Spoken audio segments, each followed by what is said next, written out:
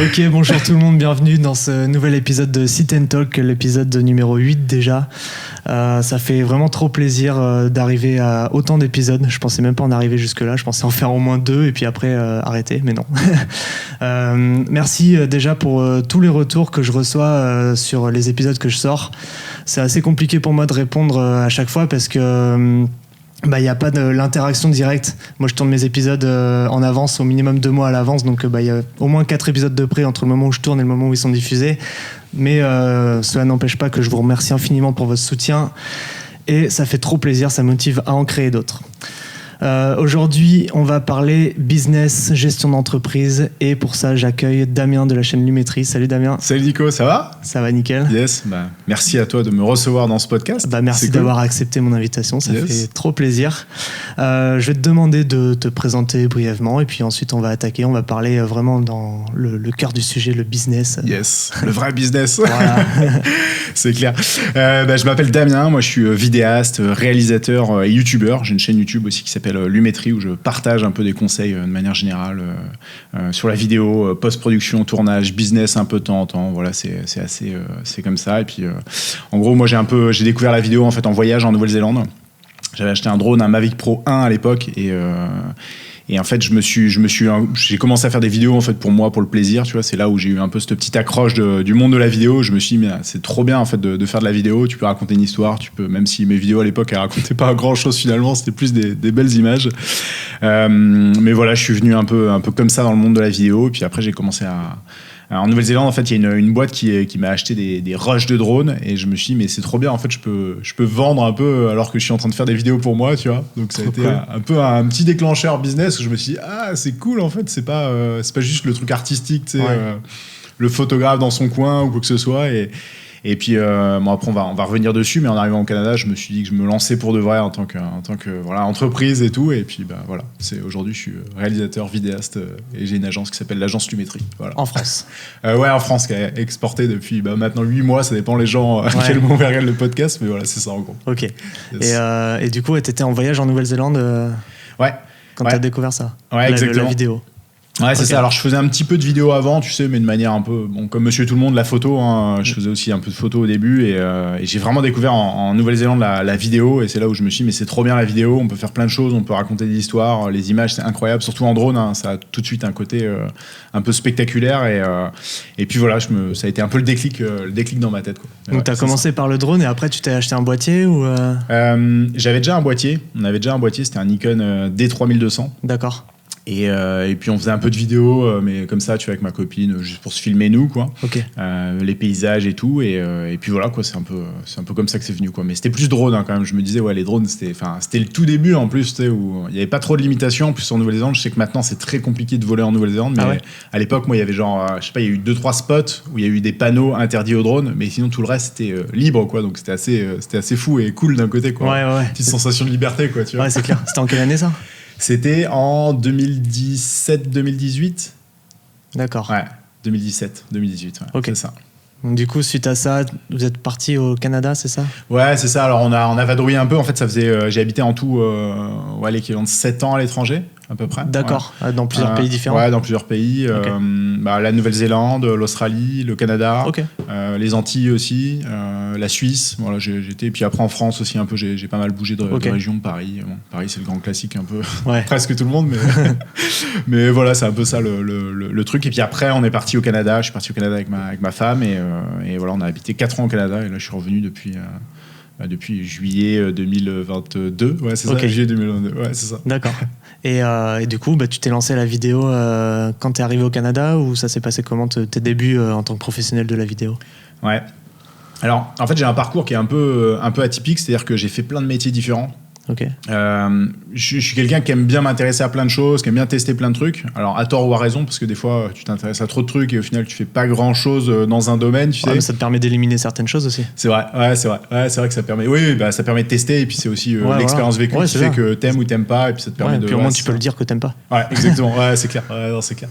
Et du coup je faisais un peu. J'ai été pompier de Paris, j'ai été coach sportif, j'ai été plombier chauffagiste et ça c'était mon dernier poste, mon dernier job, on va dire avant de partir au Canada et j'ai En fait, j'ai toujours fait plein de métiers différents. J'ai même fait pêcheur industriel en mer en Australie. Tu vois, j'ai fait vraiment plein de jobs différents, manutention, le bâtiment, enfin plein de trucs.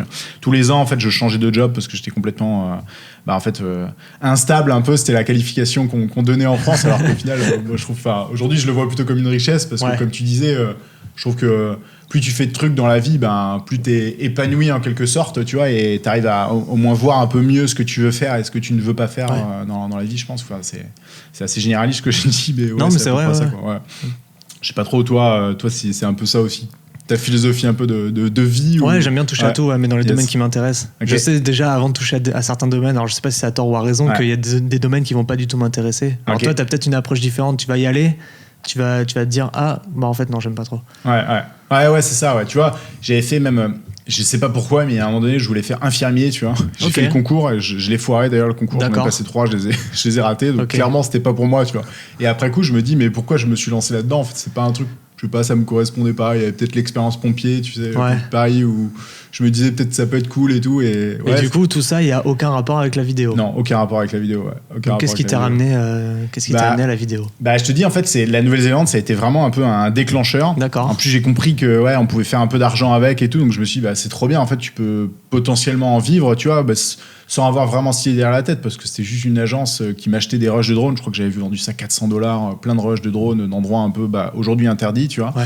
Donc rien du tout, quoi, tu vois. Mais au moins tu as déjà eu une première expérience avec le fait de produire du contenu et d'avoir une contrepartie financière derrière, quoi. Exact. Et je me suis dit, mais c'est trop bien. Et puis bon, je suis rentré. Après, on est rentré en France. On a rebougé un peu entre Paris et Caen. Je suis originaire de Caen, en Normandie. Et du coup, j'étais un peu en mode stand-by, je sais pas trop si je fais de la vidéo, je savais pas trop. Puis j'avais mon boulot, j'attendais une formation aussi, je faisais une formation de plombier chauffagiste, tu vois. Donc rien à voir. Et j'ai bossé pendant 1 an en tant que plombier, donc sur les chantiers et tout. Et on a décidé de partir au Canada avec ma femme. Et arrivé au Canada, je me suis dit non, je peux plus faire plombier. En fait, ça me plaît pas. J'avais toujours ce truc un peu créa, tu sais, que j'avais en moi. J'avais toujours eu envie je me sentais pas à ma place, tu sais, sur un chantier. Je me disais, mais non, c'est pas moi, ça me correspond pas. Je pensais toujours à plein de trucs, à faire plein de trucs. Ça correspondait pas, tout simplement. Et en arrivant au Canada, je me suis dit, pourquoi pas se lancer? Et puis, je me suis lancé et ça a marché. Trop bien, trop bien. Et du coup, là, ça fait combien de temps que tu fais de la vidéo? Maintenant, ça fait 4 ans. Business, vraiment pro. 4 ans. Et de la vidéo, je sais pas, ça fait peut-être 7 ans, 6-7 ans, un truc comme ça. D'accord. Et comparé aux autres métiers que tu as eu, c'est lequel qui t'a duré le plus longtemps? Celui-là. Ouais, c'est vraiment que tu as trouvé le truc. Ouais, clairement. Clairement. Là, en fait, tu vois, je pense que je le réalise maintenant, même si on se cherche toujours, tu sais, même si tu as trouvé ta passion, ce que tu aimes faire, quoi que ce soit, tu cherches toujours à, je sais pas, évoluer ou, je sais pas, tu te cherches toujours un peu. Enfin, en tout cas, je parle pour moi, je me cherche toujours un peu, tu vois. Mais je sais que j'ai ma base et c'est la vidéo, quoi. J'adore faire, c'est un truc, ça me passionne. Et pour moi, ça a été un déclencheur dans le sens où je me disais que même mon temps un peu perso, hors business, si je continue à faire de la vidéo, à regarder des trucs sur le sujet de la vidéo, c'est que c'est mon truc, c'est que c'est ma voie, quoi. Qu'avant, c'était pas le cas. Avant, tu vois, je faisais un comme boulot, si j'apprenais. Aimanté par ça, quoi. Ouais, c'est ça, exactement. Et c'était ça un peu avant, tu vois, je sais pas, j'apprenais un truc et puis au final... ça me passionnait pas plus que ça et au bout d'un moment, au bout de 6 mois, j'ai arrêté le job ou la formation ou quoi que ce soit et je pense que la vidéo, c'est vraiment le truc que j'adore, quoi. Clairement. Donc du coup, t'as lancé ton business au Canada. Ouais, exactement. T'as fait tes démarches, tes papiers et tout pour être professionnel de la vidéo. Exactement, au Canada. Ça s'est passé comment ça? En fait, j'avais toujours ce truc de Nouvelle-Zélande de me dire on peut peut-être en vivre. Et je savais que le Canada, il y avait déjà cette barrière un peu cette barrière qu'il n'y a pas en France, qu'il y a pas au Canada plutôt qu'il y a en France tu sais, c'est très protocolaire en France, faut que tu montes ton CV, tes diplômes, quoi que ce soit. Et le Canada, ils ont pas tellement cette optique-là, ils sont plus montre-nous ce que tu sais faire. Et puis après, on parle, tu vois, on en discute. Tu vois, ils n'ont pas besoin de savoir que tu as fait un diplôme dans l'audiovisuel, etc., etc. Ils s'en foutent un peu de ça, tu vois. Eux, ils veulent que tu leur montres une vidéo et puis let's go, quoi. Ouais. Et je me suis dit, je vais essayer de bosser pour une boîte, voir un peu ce que c'est que le monde de l'audiovisuel, tu vois, savoir si ça me plaît et tout. Et c'est vraiment comme ça que j'ai démarché le gars. C'était une boîte de prod et en gros, je lui ai envoyé ma vidéo. J'avais fait une vidéo sur Montréal, tu vois, pour le plaisir. Et il m'a reçu, et puis il m'a dit, vas-y, montre-moi ce que tu sais faire et tout, machin. Et puis, let's go. Le lendemain, je travaillais pour lui. Bon, ça a duré 2 semaines parce que finalement, j'étais pas assez rapide, tu vois, je correspondais pas, j'étais pas dans le schéma mais au moins, business. t'as réussi à décrocher le contrat que t'aurais potentiellement pas pu décrocher en France avec le même système, quoi. Ah ouais, exactement.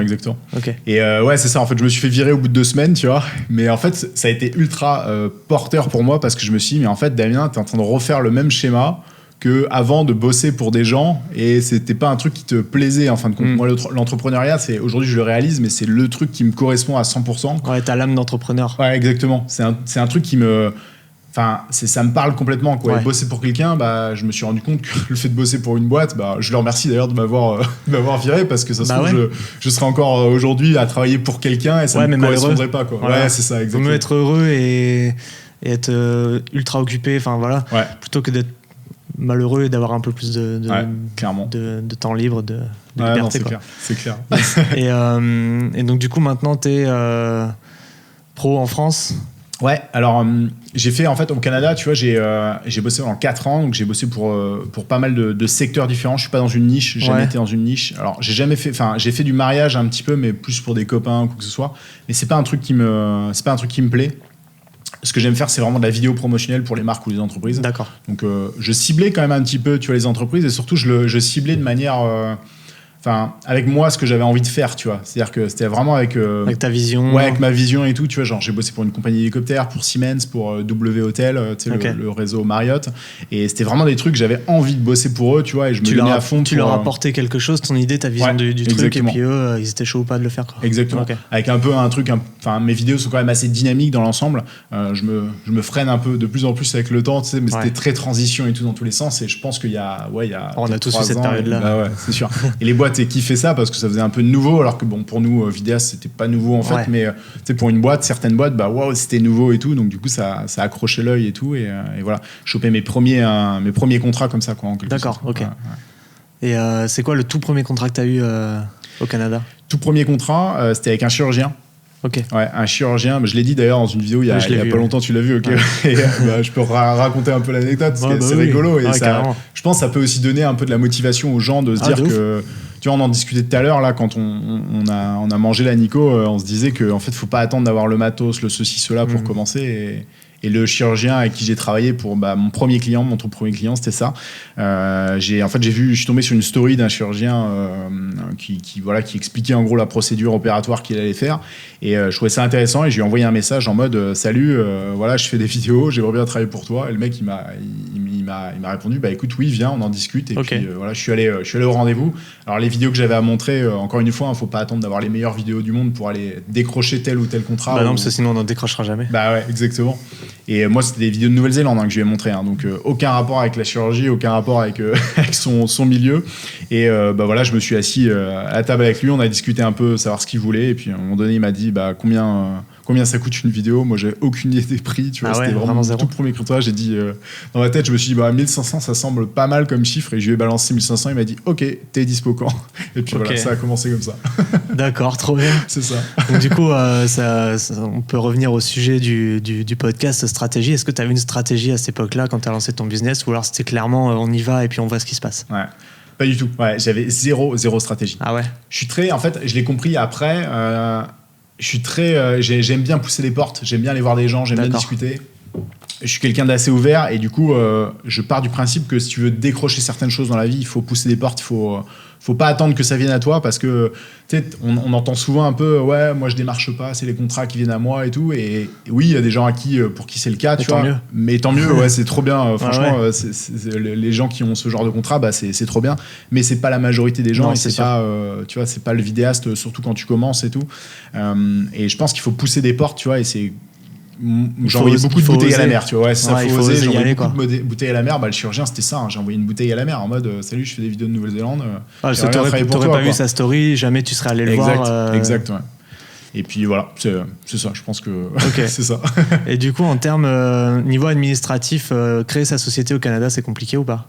Non, c'est ultra facile. Comparé en France? Ouais, alors je pense que j'ai pas le statut d'auto-entrepreneur, je suis en EURL moi ici, donc en France, donc je sais pas c'est quoi, mais je crois que c'est un peu le même style que le statut d'auto-entrepreneur en France. Tu t'inscris au registre des entreprises du Canada, du Québec, et après tu demandes un numéro en fait de société, et après boum, tu peux commencer et tu peux facturer. Ok, donc c'est quand même relativement simple. Ouais.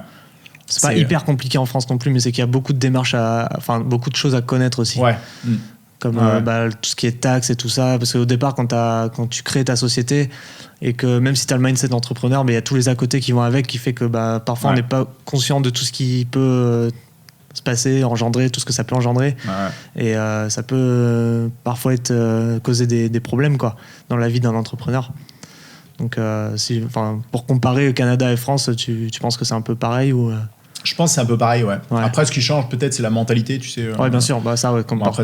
Voilà, c'est autre chose, mais mais ouais, je pense que c'est quand même très facile d'ouvrir une boîte au Canada et tout. C'est assez, c'est assez facile en fait. En quelques clics, c'est bon, t'as ta société, c'est parti quoi. T'as un peu de paperasse et tout, mais comme partout en fait, ça reste l'administration. Bien sûr. Ça reste après quand tu veux être là-bas, il y a moins de sociétés qu'en France. Je crois que tu passes du statut en fait en quelque sorte auto-entrepreneur, ils appellent ça travailleur indépendant, et après tu passes en incorporé. Incorporé, en gros, tu payes plus d'impôts, etc. Et t'es vraiment une société en tant que telle. Tu vois, c'est un niveau, mais je crois qu'il faut obtenir 120 000 dollars de chiffre d'affaires, donc tu vois, c'est déjà un step un peu plus. Chez nous, c'est 72 000, je crois. Ouais, euros, ouais. Ouais, donc ça doit peut-être correspondre, c'est pas pour trop passer loin en société, hein. Ouais, ok, d'accord. Ouais. Au-delà de 72 600, si je dis pas de bêtises, je crois que tu passes en société. Ok, ouais. Et tout ce qui s'ensuit derrière. Ouais, tu vois, c'est un peu pareil, en fait, charges comptables et tout ça. Ok, ok. Ça roule. Ouais, c'est ça. Donc du coup, tu as trouvé tes premiers clients. Donc le premier, c'était le chirurgien. Ouais. Et après, donc, ça t'a fait une sorte de carte de visite. Tu t'en es servi pour trouver d'autres clients par la suite, trouver une niche, ou ça s'est passé comment ? Ouais, alors pareil, tu vois, je savais pas trop ce que je voulais faire dans la vidéo, et je pense que, tu vois, si je devais, je sais pas, enfin, c'est pas un conseil, mais si je devais donner un tips à quelqu'un qui se lance, c'est de pas se nicher, tu vois. Au début, mais de tester plein de trucs, tu vois, parce que tu vois, si t'as jamais fait de mariage, tu sais pas ce que c'est que de filmer un mariage. Peut-être que tu vas adorer, et puis peut-être que ça va pas te plaire du tout. Et moi, c'était mon cas, tu vois, ça me plaisait pas, ça me correspondait pas, et du coup ça m'a permis de tester, de réaliser que c'est pas pour moi. C'est pour ça que j'ai jamais fait en fait de mariage, tu vois. Et je pense qu'il faut tester plein de trucs, tu vois, et c'est ce que j'ai fait, tu vois. J'ai envoyé le chirurgien, après c'était un hôtel, après c'était Siemens Canada, puis il y a eu plein de petites boîtes, tu vois, entre deux, plein d'autres sociétés, et voilà, je trouve que c'est pas mal de tester plein de trucs avant de se nicher, mais la preuve, aujourd'hui, je suis pas encore niché, même si je dis que voilà, c'est de la création de vidéos promotionnelles pour les entreprises ou les marques, donc. Ouais, mais il n'y a pas de secteur particulier où, je suis pas dans le sport, je suis pas dans les hôtels, je suis pas dans l'immobilier, je suis pas dans un secteur précis, quoi. Ok. Et voilà. Et j'aime faire ça, tu vois, parce que ça permet aussi, tu vois, d'aller chercher, je pense, d'autres contrats. Tu vois, le contrat que j'ai le plus kiffé, c'est avec une compagnie d'hélicoptères au Canada. C'est une compagnie qui s'appelle Helicraft, et j'ai adoré travailler pour eux. En fait, j'ai fait l'équivalent de 6 heures de vol, tu vois, en hélico, donc c'est quand même assez big. Et c'était tellement le kiff, c'était d'avoir. Je sais pas, t'as vraiment le poste de réalisateur, ils te font confiance à 100%. C'était un beau budget en plus, tu vois, c'est quand même pas mal. Et tu vois, t'étais ultra libre. En fait, c'est moi qui leur disais, ouais, là, on fait cette manœuvre-là avec l'hélico et tout. Donc, t'as vraiment une créativité à 100%. Au-delà de l'expérience de vol, en plus, que t'as pu avoir gratos. Exact, en plus, quoi. Et c'est pour ça que, tu vois, je trouve ça cool aussi de tester plein de trucs, parce que si je m'étais niché directement en me disant, non, il faut se nicher, parce que c'est vrai que par la suite, c'est intéressant, je pense, de se nicher. Tu vois, je pense à mon pote Hugo Boé. Lui, il est dans un secteur, il est sur le marché chinois. Très, très niché, ouais. C'est ultra niché. Ouais. Et voilà, il a certains types de contrats, mais je pense qu'au début c'est bien de toucher un peu à tout, et après d'affiner un petit peu son cercle ou ses affinités aussi. Exact, ouais. Ok. Je pense je sais pas, c'est toi ta vision du business un peu, mais j'ai un peu la même vision, parce que moi je suis un peu comme toi, je suis intéressé par pas mal de choses aussi, et puis j'aime pas me limiter qu'à un seul truc, parce que j'ai l'impression d'être frustré et de pas pouvoir me sortir de cette créativité qui, au final, c'est débordant tout ça. Et ouais. Moi, je me limite même pas qu'à la photo et à la vidéo. Je me limite pas à la vidéo, je me limite pas non plus à la photo. Je fais vraiment tous les styles différents. Je fais du mariage, comme je peux faire des clips de musique. Je peux faire de la vidéo instit, des interviews. Pareil avec du YouTube, des trucs comme ça. Tu vois, ça permet de découvrir pas mal de choses différentes. Donc je trouve aussi que c'est important, et de pas se nicher, du moins pas au début. Après, si tu trouves quelque chose qui te convient et que tu es sûr que c'est fait pour toi, bah go à fond, quoi. Ouais, Mais au départ, je pense pas qu'on puisse avoir les capacités ou le recul nécessaire pour se dire ok, bon là, je vais choisir cette niche-là, tant pis si ça marche ou pas. Enfin, c'est compliqué d'avoir cette mentalité-là et cet esprit au début, quoi. Ah non, c'est clair, je te rejoins à fond. Je pense que c'est au début, enfin, à moins d'être, tu vois, d'avoir un domaine qui est, je sais pas, de prédilection, où t'es passionné par un truc, tracé, si ça t'aime le sport, bah tu veux faire que du sport, rester dans ce milieu-là. Il y en a qui font. Il y en a qui font ça. Même des photographes de sport, parce que c'est très très demandé. Par exemple, je sais pas, pour du foot, tu vas shooter les Girondins de Bordeaux, tu vois, ou le Stade Rochelet à La Rochelle. Il y a des gens qui font ça, c'est leur taf H24, quoi. Mais après, s'ils sont bons là-dedans et qui gagnent leur vie, qui sont très très heureux là-dedans, bah tant mieux. Moi, je me limite pas à ça et je pense qu'il y a beaucoup de vidéastes. On est un peu comme des électrons libres, quoi. On va un peu partout, partout et nulle part à la fois. Alors c'est bien et pas bien, quoi. Non, c'est clair. Mais je pense qu'il faut attendre aussi un peu. C'est peut-être le temps aussi qui, je sais pas, qui te cale un peu plus dans un. Ouais, peut-être. Peut-être, tu vois. Après, c'est aussi peut-être le reflet aussi de la personnalité de ces des gens aussi. Toi, t'es un peu comme moi, t'aimes bien toucher à tout, t'intéresser à plein de trucs et tout. Bah, tu fais des podcasts, donc déjà, tu vois, t'aimes bien t'intéresser aux autres et tout.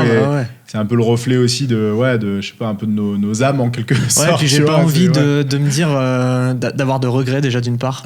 Parce que j'ai des idées, tout le monde a des idées, 1 million d'idées, mais moi, je fais partie des gens j'ai horreur d'avoir des regrets. Parce que j'en ai déjà eu par le passé. Alors, après, t'apprends à vivre avec, mais j'ai pas envie de me dire j'aurais dû faire ça à ce moment-là. Je le fais. Voilà, je me pose pas la question. Ça revient à ce qu'on se disait tout à l'heure pour le matos. Quand t'as pas de matos, bah tu te lances. Tant pis si t'as pas le matos, tu l'achèteras plus tard et tu fais avec ce que t'as sur le moment T et avec tes connaissances sur le moment, quoi. Ouais, c'est ça. Et puis de toute façon, c'est ton parcours qui fera le reste. Exact. Non, à fond, c'est clair. Et c'est clair que tu vois, pour revenir au sujet du matos, c'est sûr que je pense que tu donnes à un débutant une Red Raptor, un truc comme ça, et ben. Il est perdu. Bah déjà il sera perdu, et puis pas sûr qu'il aura envie de faire plus de projets que juste avec son téléphone. Je trouve que. Et puis ça implique tellement de connaissances. C'est ça. Quand on arrive déjà à ce niveau de matériel, c'est qu'on a déjà accumulé pas mal de connaissances sur les précédents boîtiers, matos, qu'on sait les limites des matos précédents, qu'on a besoin de step up. Donc forcément, on a un point dans notre carrière où on a atteint un truc déjà important, quoi. C'est ça. C'est pas comme si tu passais du smartphone au boîtier. Là, tu peux quand même débuter sur un boîtier, il y a pas de souci. C'est clair. Puis tu sais, je me dis toujours que tu vois, c'est vrai qu'avec YouTube, par rapport à la chaîne YouTube, on a la chance de recevoir du matos, pas mal de matos, de pouvoir tester pas mal de matos, et puis on nous offre pas mal de matos. Et je me faisais la réflexion il y a pas longtemps qu'au final, j'ai plein de matos, mais ça me pousse pas plus à créer, tu vois. Et c'est pour ça qu'il faut pas attendre d'avoir du matos pour créer, mais plutôt l'inverse, de se dire ok, je fais, parce que si tu fais pas avec ce que t'as, bah en fait, si on te file une raide dans les mains, tu feras pas plus parce que t'as pas fait avant, quoi. C'est ça. C'est ça, faut s'en servir, quoi. Exactement. Faut trouver une utilité au matos. Après, parfois, il faut accepter aussi qu'on peut avoir beaucoup de matos et accepter le fait qu'on en ait pas besoin. Ça, je sais pas si toi t'es un peu comme moi je suis beaucoup matérialiste, alors j'essaye de pas trop l'être, mais c'est compliqué. Je me bats avec mes démons, mais j'ai tendance à accumuler beaucoup de matériel, et quand je regarde mon bureau, il est rempli de matos. C'est trop petit, quoi. Je peux plus le loger, j'en peux plus, quoi. C'est clair. Mais parfois il m'arrive une fois dans l'année d'avoir besoin d'un truc, et je suis content de l'avoir. C'est ça. Mais le reste du temps, je me dis mais à quoi ça me sert, ce truc là? T'as un peu le... je vois ce que tu veux dire. T'as un peu le phénomène de l'objet brillant, syndrome de l'objet brillant, où t'as DJI qui sort un nouveau produit, boum, je l'achète, j'ai envie de l'acheter. Pas à ce point-là, mais...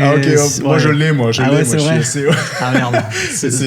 Ça peut être problématique. C'est une horreur, je suis le bon client marketing, là. Les boîtes, elles se régalent avec moi, tu sais. Le client type, quoi. Le client type, Ils connaissent ta CB par cœur. Exactement. Comment ils ont fait pour savoir que j'avais envie de ça, quoi?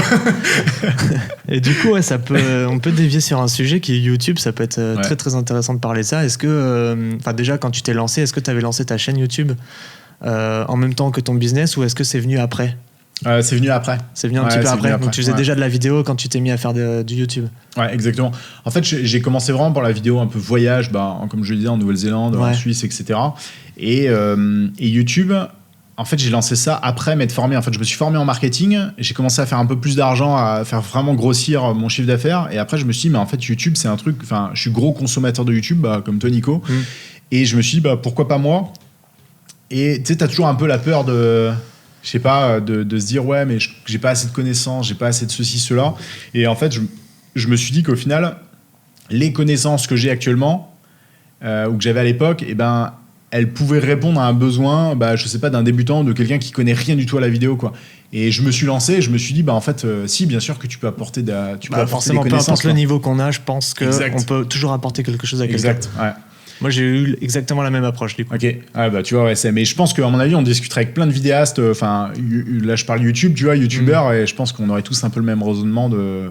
Je pense que des gens qui nous écoutent et qui nous regardent et qui sont youtubeurs ont le même ressenti. Hein. Clairement. Et surtout, faut pas hésiter à se lancer, quoi. Ah ouais, même encore aujourd'hui, en 2023, il y a de la place. Hein. Clairement. Ouais, il y a de la place, et puis. En fait, je pense que si tu le fais vraiment avec passion, c'est parce que t'aimes ça, let's go, tu vas durer longtemps. Ouais, c'est ça. C'est un parti où ça te passionne et que tu as des choses à partager, partage-les parce que de toute façon. Ouais, t'as tout dit, c'est la passion qui prime sur tout le reste. Hein. Ouais. Les gens, ils le ressentent aussi. Puis tu sais, je trouve ça important aussi, les gens le ressentent, et puis je trouve ça important de partager aussi ses connaissances. Moi, je suis pas quelqu'un qui garde les trucs pour moi, j'aime bien apprendre des autres. Ouais, transmettre aussi. Et transmettre, tu vois, donc du coup, tu vois, je trouve que t'apprends tellement de choses, juste, tu vois, le fait de se rencontrer, j'ai vu un peu comment tu travaillais, comment t'installais ton matos, c'est un détail, mais tu vois, t'as peut-être un autre regard, une autre manière de faire, et du coup, j'apprends, en fait, je me dis, ok, c'est cool, alors que... On apprend tous des uns et des autres. Hein, c'est ça. Et ça qui est cool aussi, et pour revenir un peu à YouTube, c'est vrai que YouTube, je trouve que c'est un moteur de créativité, mais de fou, quoi. Parce que ça te pousse à faire, à créer, à faire des trucs. Alors, ok, il y a certaines vidéos, c'est peut-être du tuto un peu classique, matos, review, quoi que ce soit, mais tu peux quand même apporter toujours un truc créatif, et puis surtout, ça te pousse à faire, tu vois. Ou alors, si c'est pas créatif, c'est de la valeur la valeur ajoutée, exactement. Un tuto, c'est bêtement ça, quoi. Exactement. Il n'y a pas tellement de créativité dans un tuto, à moins de l'apporter soi-même, la créativité, de présenter le truc un peu différemment, d'être fun et tout ça. Mais en soi, un tuto, c'est vraiment, t'apprends, tu veux savoir comment on colorise ça, ou comment faire un cut sur un montage, c'est comme ça, quoi. Ouais, non, c'est clair. Et je trouve ça trop bien de le partager, quoi. C'est aussi l'essence un peu de YouTube. Il y a des gens qui ont besoin de savoir, et nous, en tant que, je sais pas si toi c'est pareil, mais moi, en tant que créateur, vidéaste, je me suis formé sur YouTube, quoi. Et oui, moi, ça a été mon école YouTube. C'est l'université. Même si j'ai suivi des formations à côté, 90% de ce que je sais, c'est YouTube, quoi. C'est clair. Non, c'est clair. Franchement, YouTube, tu vois, c'est vraiment... on a de la chance quand même d'avoir l'université YouTube, quoi, parce que tu peux apprendre un métier, tu peux apprendre tout en fait sur YouTube, quoi. Alors c'est sûr, on en discutait aussi tout à l'heure avant le podcast là, mais c'est sûr que tu prends une formation, tu vas aller beaucoup plus vite parce que forcément tout est plus condensé, c'est évident que tu vas aller plus vite avec une formation. Mais tu peux déjà commencer avec YouTube et c'est gratuit, quoi. Ouais, c'est ça. Ouais, c'est gratuit. Et puis t'as tout dit, l'université YouTube, c'est vraiment ça en fait. Hein. C'est une bibliothèque, tu vois, pour moi YouTube, quoi. Je me dis, c'est gratuit, tu vas piocher un livre. C'est un moteur de recherche en fait. C'est un moteur de recherche vidéo. C'est Google qui a fait ça, quoi. Mais carrément. Et du coup, pour en revenir, continuer sur YouTube. Est-ce que tu avais une stratégie quand tu t'es mis à poster des vidéos, ou est-ce que c'était vraiment je poste des vidéos sans récurrence précise, quoi? En fait, je m'étais dit j'aimerais être récurrent, mais après avec le business à côté, je savais pas si j'allais pouvoir être récurrent, parce que c'est vrai que en fait c'est vraiment je me suis lancé vraiment comme ça, en fait. Je me suis dit on verra bien, je passe le cap, je fais un face cam, parce que parler face cam, tu sais ce que c'est, hein, c'est quand même très difficile la première fois de parler face à une caméra. C'est ultra déstabilisant, t'es pas du tout toi, t'es pas du tout naturel. Moi pour ma part on en rigolait mais tout à l'heure, mais j'hurlais et tout, tu vois, c'était vraiment je criais, quoi, tu vois. Mais t'apprends à le faire, et du coup je me suis lancé, j'avais pas de stratégie, je me disais à chaque fois, il faut que dans toutes tes vidéos, tu apportes de la valeur absolument à quelqu'un. Tu vois, si tu arrives à apporter de la valeur, même si c'est un sujet qui a été vu et revu 20 000 fois, c'est pas grave, parce que il faut un peu de fraîcheur, et c'est pour ça qu'il y a de la place, tu disais, pour tout le monde dans YouTube, et encore aujourd'hui en 2023. Et demain, ça sera toujours pareil, parce qu'il y a de plus en plus de monde qui s'intéresse à la vidéo, à la photo. Et moi, je recommande tous ceux qui veulent se lancer de le faire, quoi. Faut aimer après cette vibe YouTube, mais c'est trop bien. Donc non, j'avais pas de stratégie, je me suis lancé en mode on verra bien, et je pense que ça permet aussi, encore une fois, de se réaliser de par l'expérience, quoi. Je disais, j'ai fait plein de métiers différents. C'est grâce à ça aussi qu'aujourd'hui je peux me dire non, j'ai pas envie de faire pêcheur industriel, ça me correspond pas, j'ai pas envie de bosser sur les chantiers, ça me correspond pas. Et c'est un peu pareil pour YouTube, quoi. Fais un face cam, t'en fais 1, 2, 3, 4, 10, 20, 50 vidéos. Puis après, c'est parti, quoi. C'est ça. C'est parti, ou peut-être que t'arrêteras, mais c'est pas grave, t'auras, comme on disait tout à l'heure, le pire regret dans la vie, la pire chose, dans la vie, c'est d'avoir des regrets, quoi. si tu as envie de te lancer dans YouTube, bah, lance-toi dans YouTube et puis tu verras bien. Si tu arrives à tenir, bah, tant mieux. Et si tu n'arrives pas à tenir, bah, c'est que c'était pas pour toi et c'est pas grave, c'est OK. Ouais, carrément. Clairement. Ok, donc petite pause dans le podcast, du coup, après notre pause à nous. On va demander à Damien de raconter une anecdote, la première. Une anecdote, la première. Je sais pas si j'en ai deux, mais on verra bien. Ouais, si okay. Il y en aura une autre. Il y en aura une autre. Ouais. T'en as plusieurs. Une anecdote. Un peu, bah en fait, c'est pas du tout une anecdote vidéaste, c'est une anecdote plutôt de vie. Ouais, bah trop bien, ça change au moins. Ouais, c'est ça. C'était en Australie. Je suis parti en Australie en 2021, 2020. Non, pardon, je dis des bêtises, mais non. C'était avant Covid. Mais oui, c'était bien avant Covid. N'importe quoi. N'importe quoi.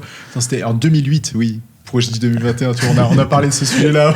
Je m'embrouille, tu sais. Non, en 2008, je suis parti en Australie avec mon meilleur pote. Et voilà, on faisait plein de jobs, plein de petits boulots.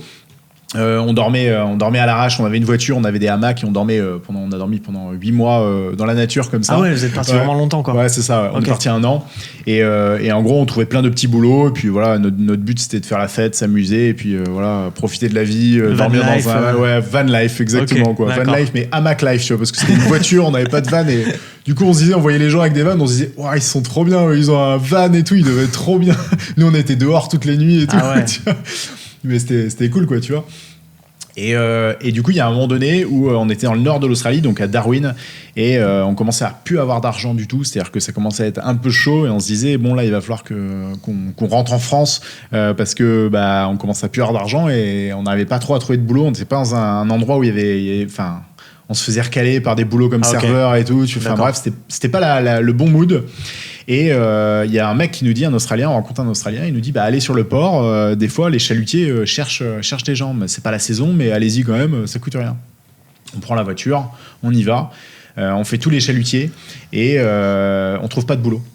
Donc on se dit bon là on est un peu là c'est chaud, tu vois, il y a plus de dernier recours. Ouais, c'est ça, on n'avait pas d'économie, on n'avait rien du tout. D'accord. En mode route tous les deux. Et sur la route du retour, en sortant du port, il y a une voiture qui s'arrête et le mec nous dit, les gars, est-ce que vous cherchez du job? Genre le Messi, quoi, tu vois, le gars qui nous sauvait la vie. Et on lui a dit, bah oui, on cherche, c'est pour faire quoi et tout. Et le gars, il nous dit, bah demain matin, on embarque pour 2 semaines en pleine mer à 20 km des côtes indonésiennes. Est-ce que vous êtes chaud? Bah, et du coup, avec mon pote, on s'est regardé, on s'est dit, bah let's go. On savait même pas combien on allait être payé ou quoi que ce soit. Okay. Et voilà, en fait, on est parti. Bon, on a su à plus ou moins. Ils nous l'ont un peu mis à l'envers après, d'un point de vue budget et tout, je vais en parler après, mais c'est plus rigolo quoi. Mais on s'en foutait un peu, on se disait ouais, il nous faut de l'argent, et puis l'expérience elle était incroyable, et du coup le lendemain matin on se retrouvait en pleine mer sur un chalutier de pêche, voilà, on s'est retrouvé à 20 km des côtes indonésiennes à pêcher. Alors que vous auriez pu être dans un aéroport retour chez maman. Exactement. Donc tu vois, c'est pour ça que c'est plus une anecdote de vie, un peu de pousser des portes et se bouger pour réussir à choper des contrats, que ce soit vidéaste, je rejoins un peu l'aspect vidéaste, mais tu vois, c'est se bouger pour faire quelque chose, parce que si t'attends juste, nous en l'occurrence dans notre hamac, qu'on ait du job qui se trouve, ça va être compliqué quoi, tu vois. Donc j'ai un mot qui me vient à l'esprit, c'est provoquer sa chance. Ouais, c'est ça. Voilà, faut aller chercher et provoquer tout ça pour que ça arrive quoi. Exactement. Parce que rien, à moins d'être né sous vraiment une bonne étoile ou quoi, mais rien n'arrive comme ça quoi. Non, faut vraiment se bouger pour arriver à choper, que ce soit des contrats, des clients ou peu importe, un job. Si jamais t'as pas de travail et que t'as envie d'avoir un travail comme ton cas à toi, faut se bouger le cul quoi. Faut y aller. Et tu sais, c'est aussi c'est aussi, je pense, la croyance populaire un peu du gars qui arrive à faire de l'argent facilement parce qu'il a des clients qui viennent à lui et tout, mais ça on le disait tout à l'heure, c'est quelques minorités et c'est pas la majorité des gens.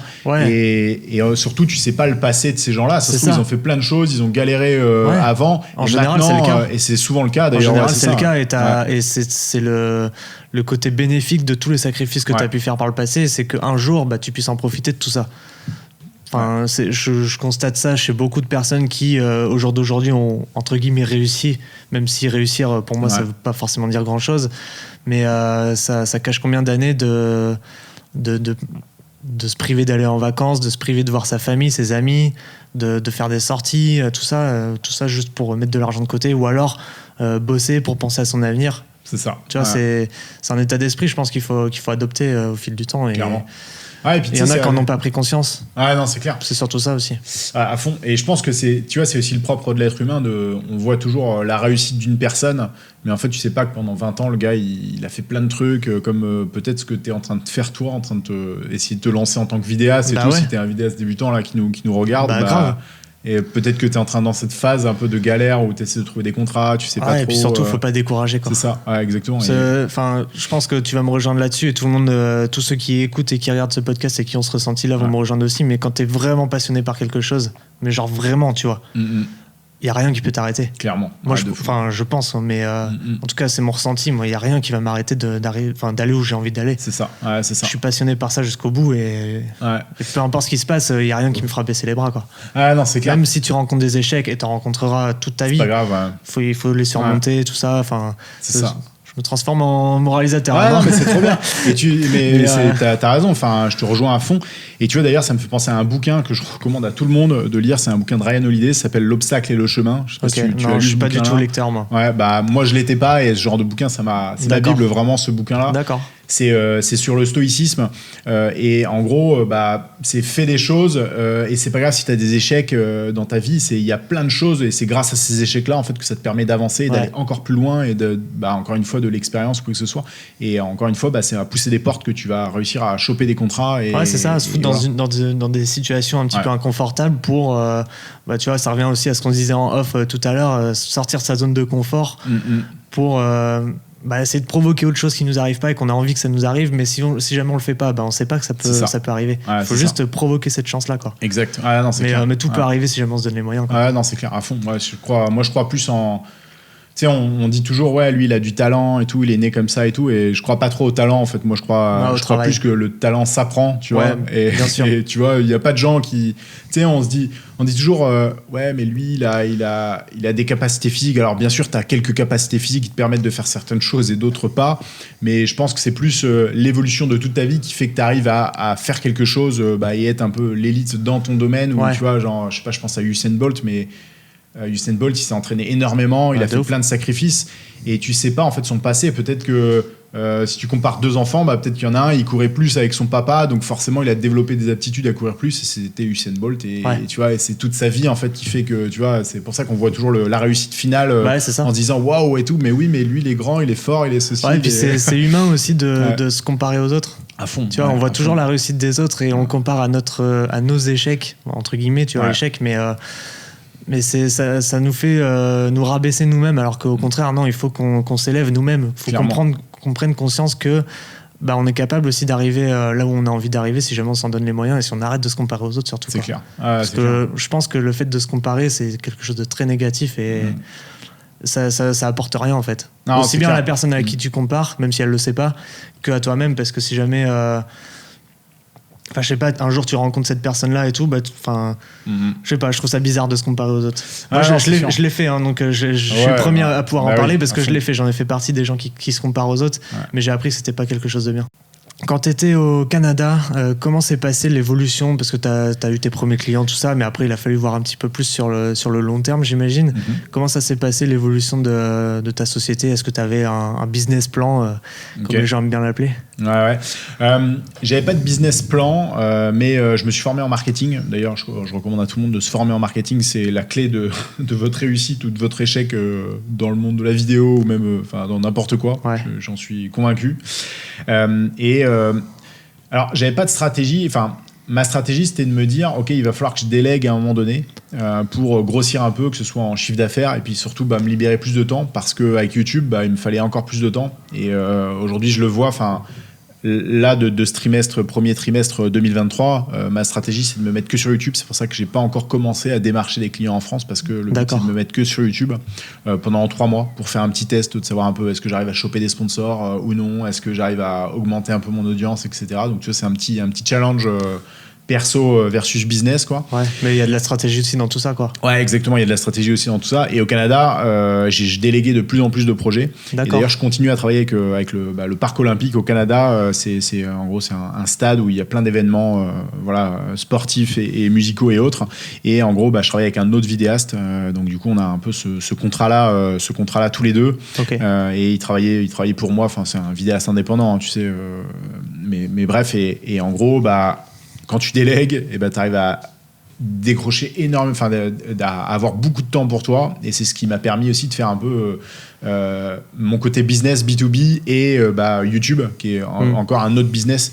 Et pour moi, enfin, je suis presque convaincu, on verra dans le temps, parce que là, je suis en mode test, mais je pense que de faire 2 business en même temps, c'est difficile, sauf si tu as des très très gros revenus, etc. Et puis tu peux déléguer énormément de choses comme le montage, quoi que ce soit. Mais je pense que la clé, c'est ça, c'est de déléguer si tu veux grossir. Et si tu ne délègues pas, ça va être compliqué de faire 2 jobs en même temps. Tu peux pas jongler sur tous les tableaux à la fois, quoi. Déjà, tu peux le faire un temps précis, mais au bout d'un moment, tu frôles le burn-out. C'est ça, exactement. Et tu te fous toi-même des balles dans le pied à vouloir tout faire tout seul, quoi. Exact, ouais. Mais j'imagine que c'est quelque chose pas contraignant, mais de compliqué au début dans son business de devoir déléguer. Ouais. Comment ça s'est passé la première fois que tu as dû déléguer quelque chose? C'était pour le parc olympique d'ailleurs. C'était pour le drone. Le drone, il faut une licence, comme au Canada évidemment. Moi, j'avais pas la licence. J'avais la licence de base, tu vois, pour pouvoir voler dans certaines zones, mais pas en ville. Et du coup, avec ce gros contrat-là que j'ai chopé là pour l'année, il fallait absolument des plans de drone. Donc du coup, j'ai délégué. C'est la première fois où j'ai délégué. En fin de compte, il y avait un pilote que j'aimais bien. Voilà, j'aimais bien ce qu'il faisait et tout. Et du coup, je lui ai posé la question de savoir combien il chargeait et tout. Et puis ça fitait parfaitement en fin de compte avec le budget établi. Et du coup, c'est comme ça un peu que j'ai commencé à déléguer. Et en fait, c'est trop bien de déléguer parce que lui, il avait des compétences que moi, j'avais pas, notamment en drone. Et c'est tellement agréable déjà, t'es moins stressé. Ton client, il voit que c'est beaucoup plus pro, beaucoup plus calé. Et tu peux te reposer sur quelqu'un d'autre. C'est ça, c'est son job de faire des beaux plans de drone. Et toi, t'es à la réal sur la caméra, etc. Tu t'occupes du storytelling, etc., la ligne marketing et tout. Mais c'est trop bien de déléguer, en fait.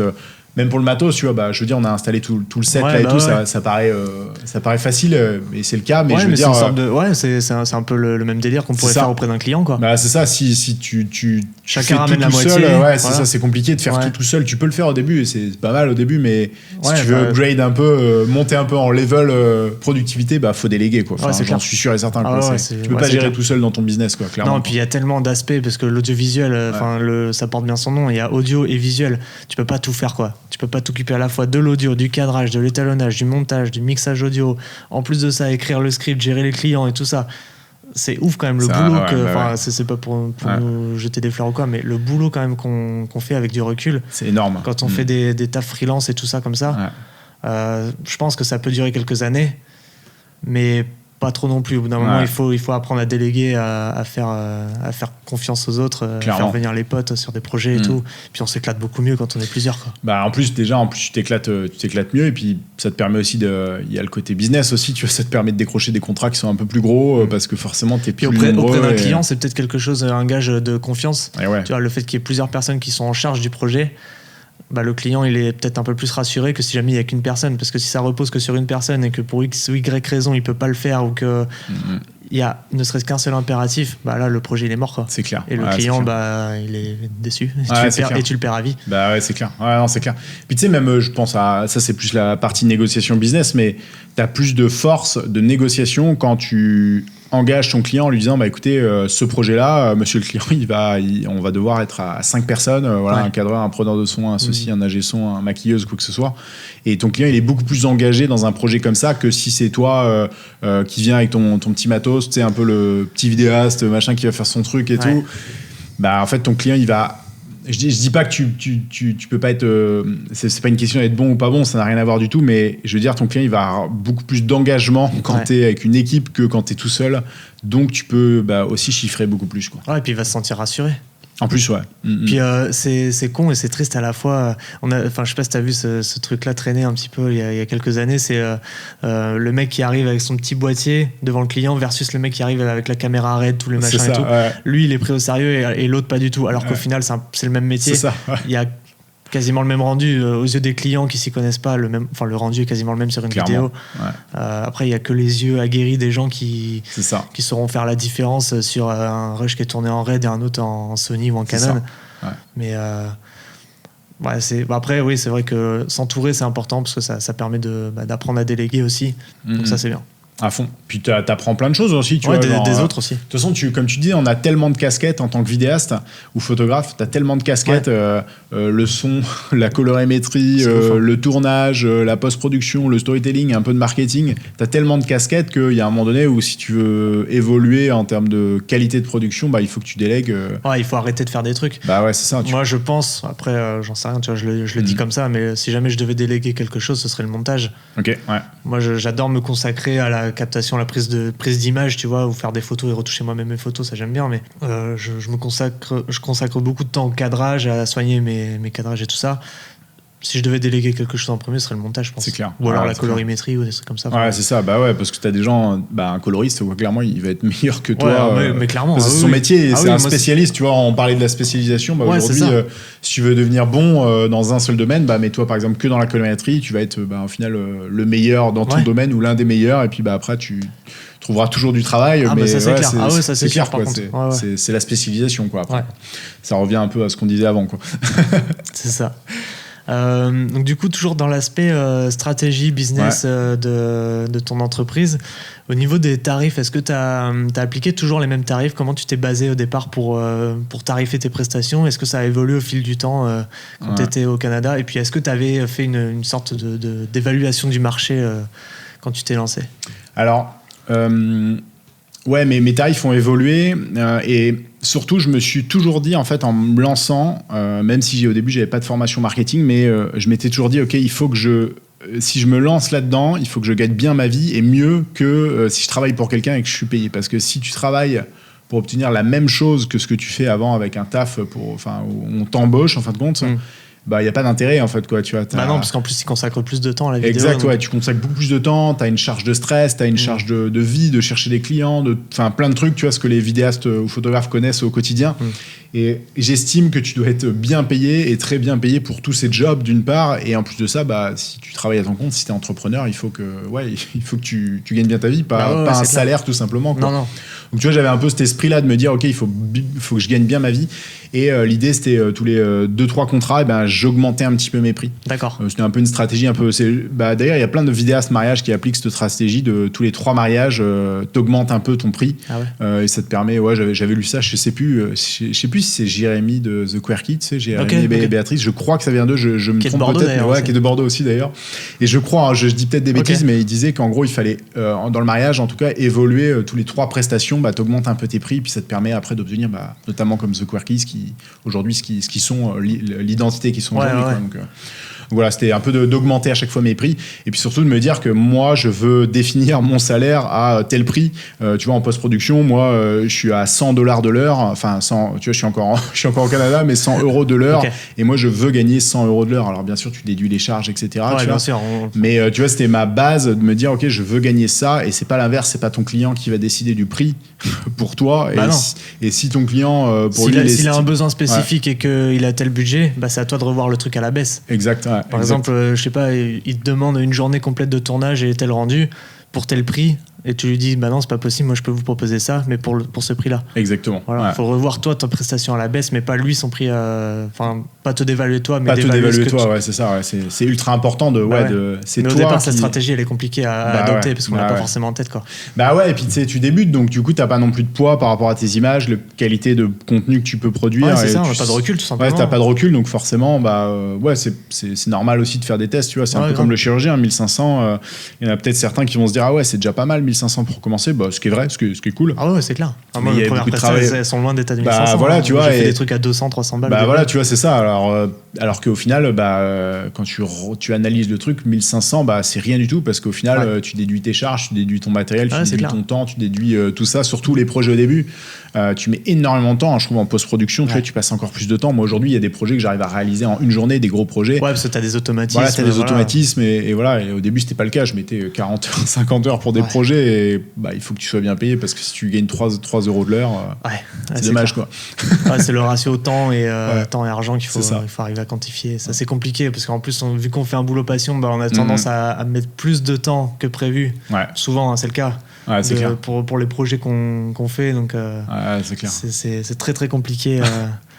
Mais ouais, du coup, tu as réussi à adopter une stratégie au niveau de ton taux horaire, entre guillemets. Ouais, c'est ça, l'augmentation en fait progressive et puis surtout En fait, je ciblais, j'avais une stratégie de cibler mes entreprises. Moi, mon entreprise un peu, enfin, mes entreprises cibles, c'était des entreprises qui sont plutôt de taille moyenne, donc pas des grosses boîtes, parce que les grosses boîtes, ça peut bien payer, mais ça prend du temps. Tu as des processus qui sont très longs parce que tu as plusieurs personnes qui sont décisionnaires. Ouais. Les petites structures, je l'ai fait au début, hein, et je pense que c'est bien, hein, les coiffeurs, tout ça, tu vois, j'avais bossé pour un coiffeur, et c'était, tu gagnes pas tellement bien en final la prestation, parce qu'un coiffeur, il va pas pouvoir investir autant que, je sais pas, une boîte un peu plus conséquente. Ouais. Et ma stratégie, c'était de cibler les entreprises plutôt de taille moyenne, parce que c'est des entreprises qui ont quand même un pouvoir financier, une capacité financière qui est quand même assez intéressante. Et qui ont besoin de tes services aussi pour la communication. Ouais, exactement. Donc c'était un peu ça, tu vois, ma cible de clients type, on va dire, de avatar client. Okay. Et voilà, je ciblais un peu plus ces entreprises-là, plutôt de taille moyenne, voire plus, parce que Siemens, c'était quand même une grosse boîte, tu vois, au Canada, mais voilà, le processus allait vite aussi, et ça dépend aussi de la taille de la boîte. Tu vois, le parc olympique au Canada, il n'y avait pas énormément de personnes décisionnaires. Il y avait un certain nombre de décisionnaires, mais c'était pas non plus, tu n'avais pas 10 personnes à prendre une décision pour accepter ou pas, donc c'était quand même assez rapide, quoi. C'est aussi de jongler avec ça, avec la taille de l'entreprise. Ça te permet aussi de choper des contrats d'un certain montant, quoi, qui sont intéressants, quoi. Et du coup, si tu devais faire la même démarche en France, t'adopterais le même système? Ouais, je pense. Essayer de cibler des entreprises de taille moyenne, peu importe le secteur, enfin pas le secteur géographique, mais le secteur de travail, quoi. Ouais, c'est ça. Et c'est ce que je vais refaire, hein, parce que YouTube, c'est une partie du business. C'est un peu une phase test un peu pour moi. Ouais. Je pense pour beaucoup, hein, c'est de l'expérimentation YouTube. Ouais, c'est ça, c'est de l'expérimentation. Mais j'aime quand même ça, le côté business, tu vois, d'aller faire des clients, enfin des contrats pour des clients. Ouais. Comme je disais, la compagnie hélicoptère, c'était juste génial, et ce genre de projet, mais c'est tellement le kiff à faire que oui, j'ai pas envie de faire que du YouTube, parce que voilà, j'ai envie aussi de continuer le business, et c'est aussi un challenge pour moi de recommencer un peu ce que j'ai bâti au Canada et de le refaire un peu en France, mais avec une expérience acquise business et puis de vidéaste, quoi. Ok. Et du coup, t'es français, mais est-ce que tu sens que la mentalité entre les deux pays peut être différente sur ce métier justement de vidéaste, et l'accueil, enfin pas l'accueil, mais le regard que les gens en ont? Ouais. En fait, j'ai pas encore. Enfin, si, avec les sponsors, il y a certains sponsors plutôt européens, donc je sens qu'il y a une petite différence un peu de mentalité. Après, j'ai pas encore là aujourd'hui. Peut-être que les gens écouteront le podcast dans un an ou que ce soit, je sais pas. Mais peut-être ça aura changé. Ouais, ça aura probablement changé.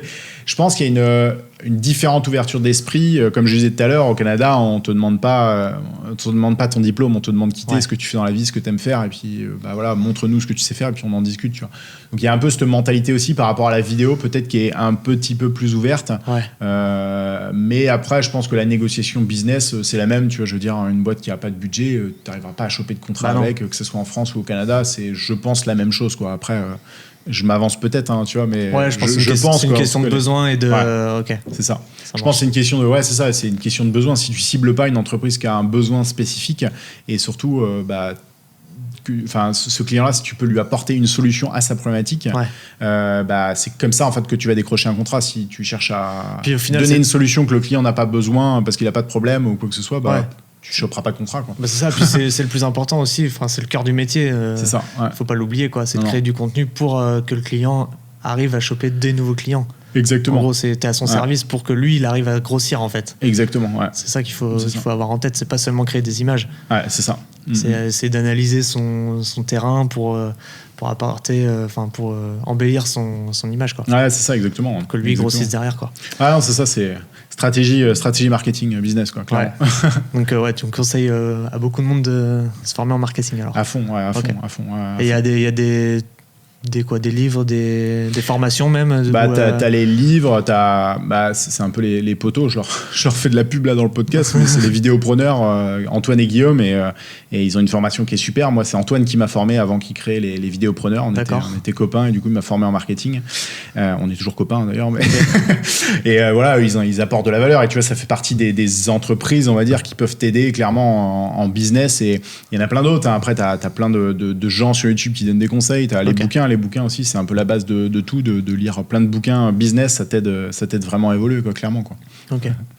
Au niveau de YouTube aussi, quand tu as développé ta chaîne, tu as vu que ça commençait à prendre un petit peu plus d'ampleur. Est-ce que là, tu t'es mis à adopter une stratégie sur l'évolution de ta chaîne? Est-ce que tu avais un goal, enfin un objectif, un but sur l'évolution, ou ça a toujours été, c'est toujours de l'expérimentation pour toi? Ouais, c'est toujours un peu de l'expérimentation YouTube, parce que il y a un truc en fait qui est assez vicieux avec YouTube, où je sais pas, un peu déstabilisant, c'est que t'es pas il y a un peu l'aspect algorithme, même si bien sûr c'est toujours toi qui vas décider de la qualité du contenu que tu fais, du sujet, de tout ce que tu tout ce que tu produis, c'est toi qui décides de tout. C'est ça, mais même si tu t'impliques ou tu penses que tu fais du beau contenu, bah c'est pas pour ça que tu vas faire grossir ta chaîne ou quoi que ce soit. Donc t'as un peu ce côté peut-être un peu frustrant des fois ou quoi que ce soit, mais ça fait partie du truc aussi quand tu lances ta chaîne YouTube, et il faut l'accepter. Faut être prêt à le savoir. Ouais. C'est ça. Et je pense que si tu le fais avec passion aussi, YouTube, tu vas pas t'arrêter en fait, parce que c'est ta passion, et peu importe l'évolution de ta chaîne, tu vas continuer à partager parce que t'aimes ça, et je pense que c'est ça qui fait la différence. C'est quelqu'un qui se lance dans YouTube pour l'argent ou pour la gloire ou ce que tu veux, il va vite arrêter, parce que c'est pas le bon état. C'est un marathon YouTube, quoi. Ouais, c'est clair. C'est ça. Il y a beaucoup de gens, je connais des gens qui ont voulu se lancer sur YouTube et vite grossir. Ouais. Et même encore des gens qui me demandent en DM qu'est-ce que tu conseilles pour vite prendre des abonnés sur YouTube. Souvent j'ai envie de répondre quelque chose de pas de méchant, mais genre de dire c'est pas la bonne méthode. Bon, je reste lisse et transparent, enfin voilà, je me mets pas de gens à dos, quoi, mais c'est vrai qu'il y a des gens qui n'ont pas la bonne stratégie et le bon état d'esprit, tu vois, quand ils veulent se lancer sur YouTube. Ils se disent je veux grossir parce qu'il y a moyen de se faire de l'argent. Je pense pas que ce soit la meilleure des solutions à adopter. Il faut montrer que tu es passionné, que tu vois, on en parle depuis tout à l'heure, mais montrer que tu as de la valeur à apporter aux gens. C'est clair. Donner envie aux gens de te regarder aussi, parce qu'il y a de ça. Si jamais tu as un discours très froid, très plat, que tu donnes pas envie aux gens de regarder tes vidéos, les gens ils vont pas regarder tes vidéos, simplement, même si tu as la meilleure valeur ajoutée du monde. C'est clair. Il y a qui tu es aussi, parce que c'est de dévoiler ta partie, une des parties les plus intimes de toi sur Internet à des gens que tu connais pas finalement. Donc ça, c'est...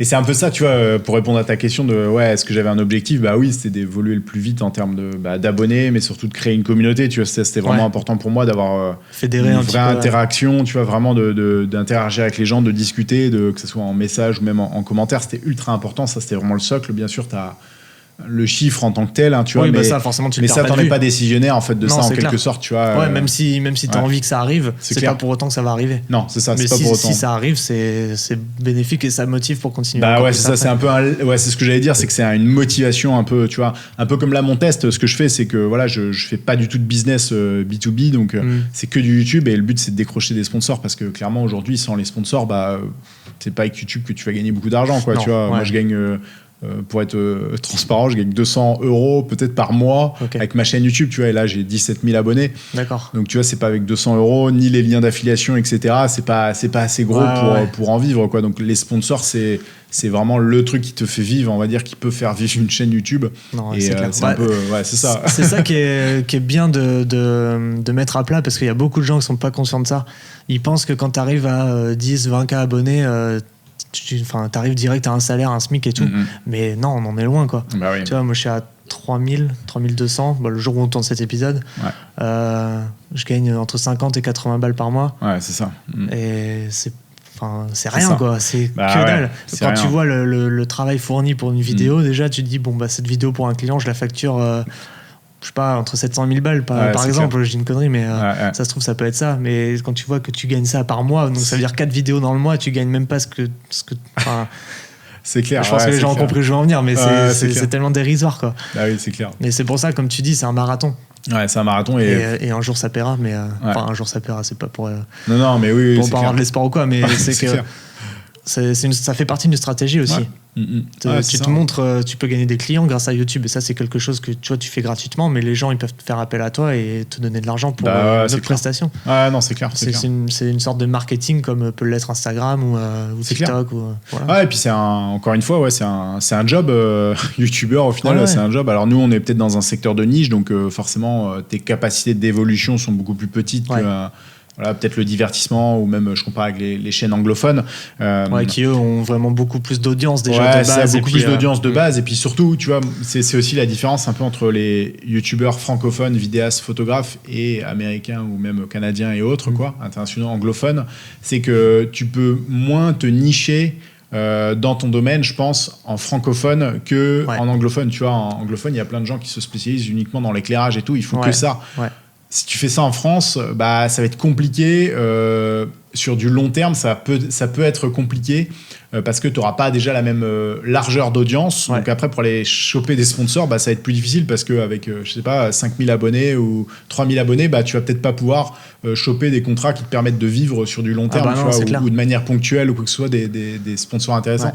Mais c'est ça aussi, je pense, la différence entre youtubeurs anglophones et francophones, c'est que tu as moins de possibilités d'être dans une niche, ultra niche, qu'un anglophone qui peut être très précis dans une J'ai un bon exemple sur ça, je sais pas si tu le connais, c'est Peter Lindgren.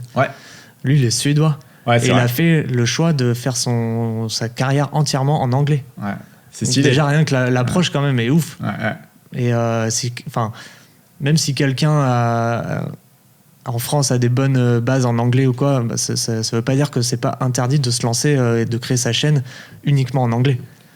C'est juste que tu vas toucher une audience plus large, potentiellement, parce qu'il y a beaucoup plus de personnes qui parlent anglais que français ou suédois, par exemple, comme Peter Lindgren.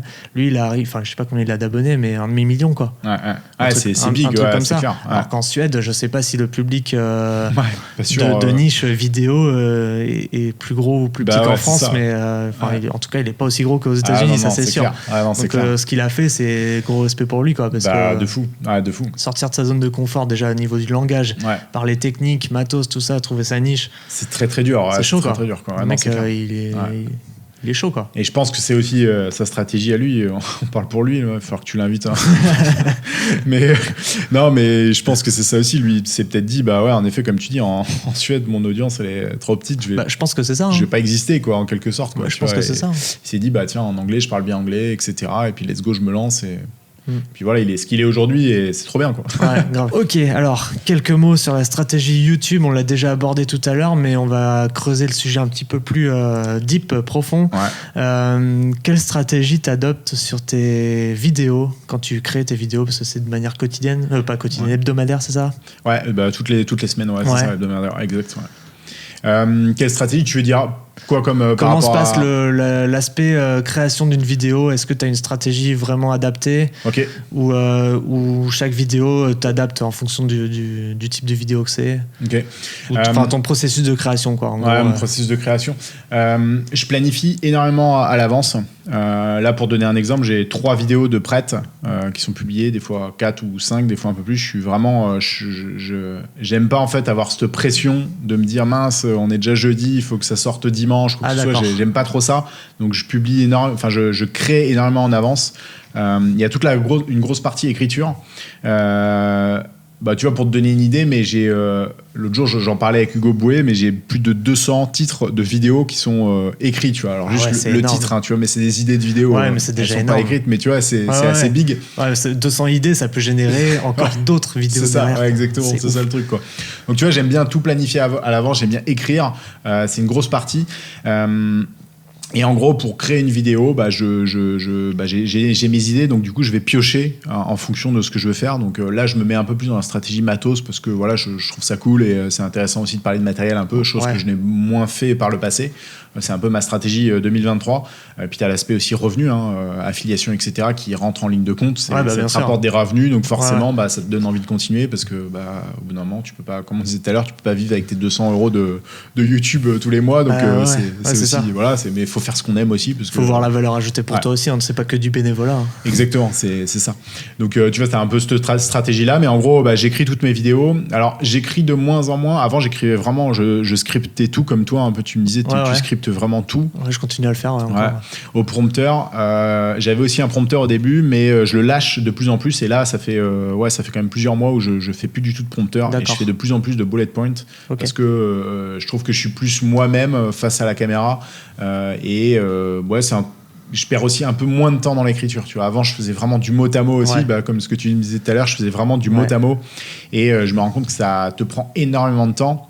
Et au début, j'avais pas forcément le temps et surtout, je générais pas assez de revenus YouTube pour par rapport au temps fourni. Voilà, par rapport au temps fourni, parce que de l'autre côté, j'avais mes clients, YouTube, ça prenait du temps et j'étais un peu à cheval entre les deux et c'est très compliqué. Donc du coup, basculer sur cette stratégie de d'écrire quelques bullet points ou quelques phrases, et ben ça me permet fait gagner du temps. ça me fait gagner du temps, quoi. C'est un peu ça la stratégie aujourd'hui que j'adopte, quoi, pour YouTube, quoi. Ok, et en termes de contenu, vu que tu prépares tout à l'avance, est-ce que tu as une stratégie sur tel type de contenu va sortir à telle période de l'année ou tel jour, ou c'est parmi tes 200 idées de vidéos, t'en pioches une au hasard, ou c'est selon le mood? Ouais, je fais beaucoup en fonction du mood créatif, un peu, tu sais, le moment de ce que j'ai envie. Tu vois, j'ai pas envie de faire des sujets pour faire des sujets parce que c'est la vibe du moment, à tort, hein, peut-être, hein, parce que je pense qu'il faut aussi se servir de ça, de l'engouement du moment, d'un boîtier, d'une caméra, d'un objectif, d'un produit quelconque. Tu vois, faut aussi se servir de ça. Ouais, moi je le fais, hein, j'ai pas honte de le dire. Clairement, il faut le faire. Hein, c'est le cas beaucoup. Du game aussi. Puis voilà, mais il faut, je pense, le faire avec envie et pas le faire pour le faire, quoi, tu vois. C'est là où je veux en venir, quoi. Donc c'est un peu, je pioche dans des idées. Après, ma stratégie, c'est un peu plus de faire, je disais, un peu plus de matos et un peu plus de divertissement aussi. Tu sais, la vidéo avec Balt que j'ai fait des AirTags, c'était trop cool. Tu vois, c'est des trucs, merci, c'est cool. J'adore, tu vois, ce genre de vidéo-là, je trouve ça cool. En plus, tu rencontres d'autres créateurs et j'ai envie des potes et tout.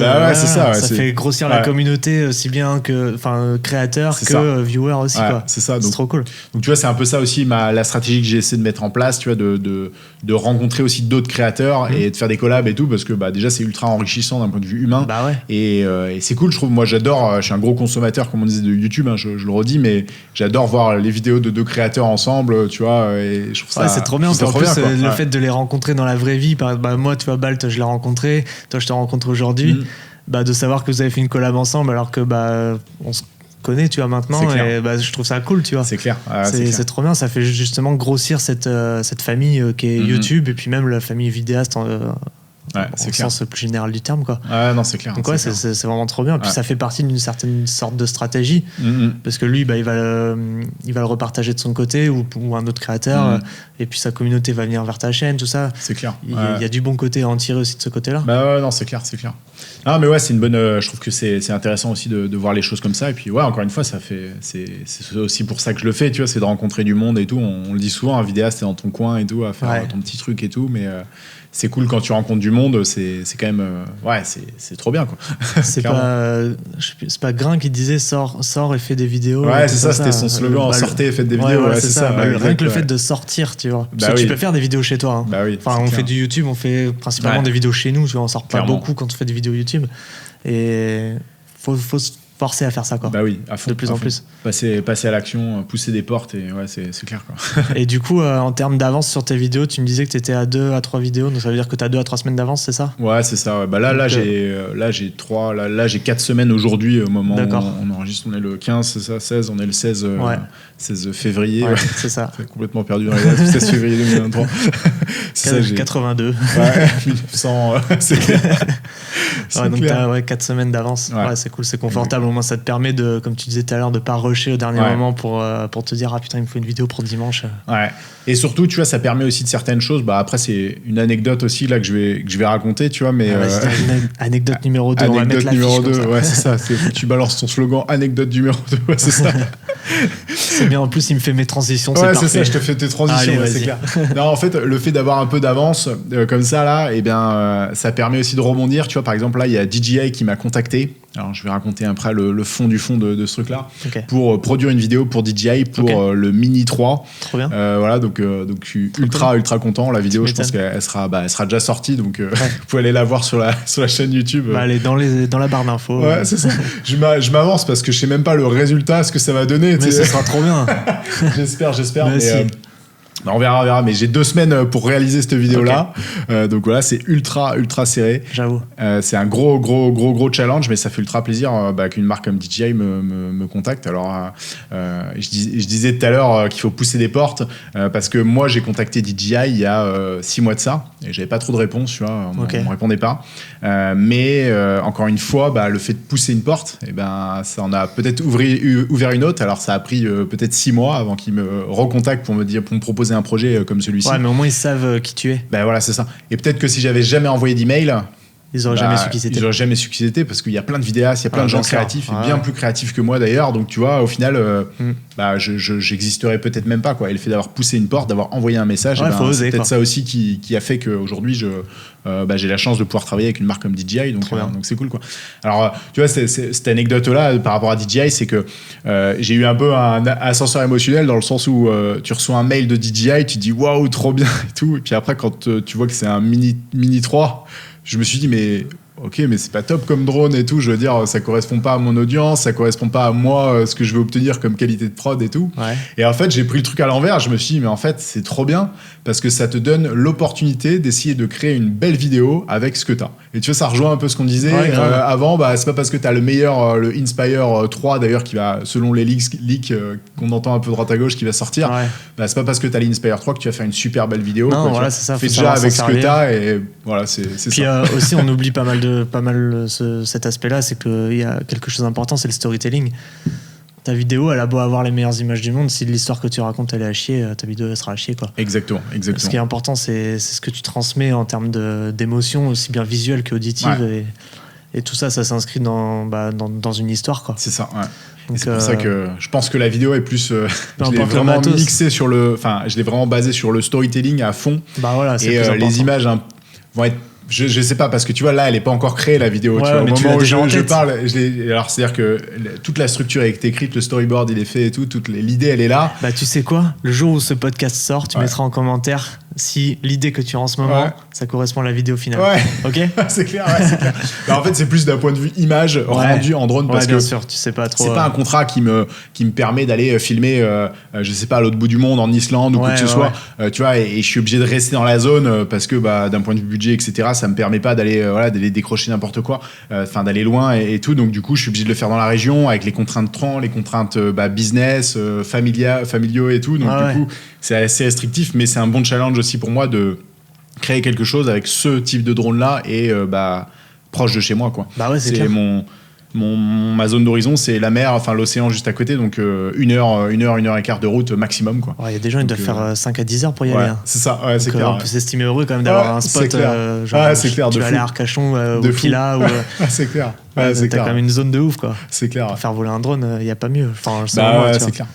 C'est clair. Donc voilà, c'est un peu le petit projet DJI qui est en cours de production, qui a déjà commencé, mais voilà, il me reste une partie plan de drone qu'il faut que je bosse, quoi. En plus, c'est celui qu'on peut utiliser en vertical, c'est ça ? Ouais, c'est ça, exactement. Je l'ai utilisé pour ma formation de drone, lui. Ouais, ok.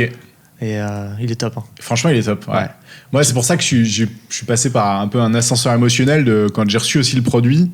Et je me suis dit, mais c'est incroyable, un truc comme ça, quoi, d'avoir ça dans les mains, quoi. Et quand tu le prends en main et que tu sais ce qu'il est capable de faire, tu te dis, ah ouais, quand même.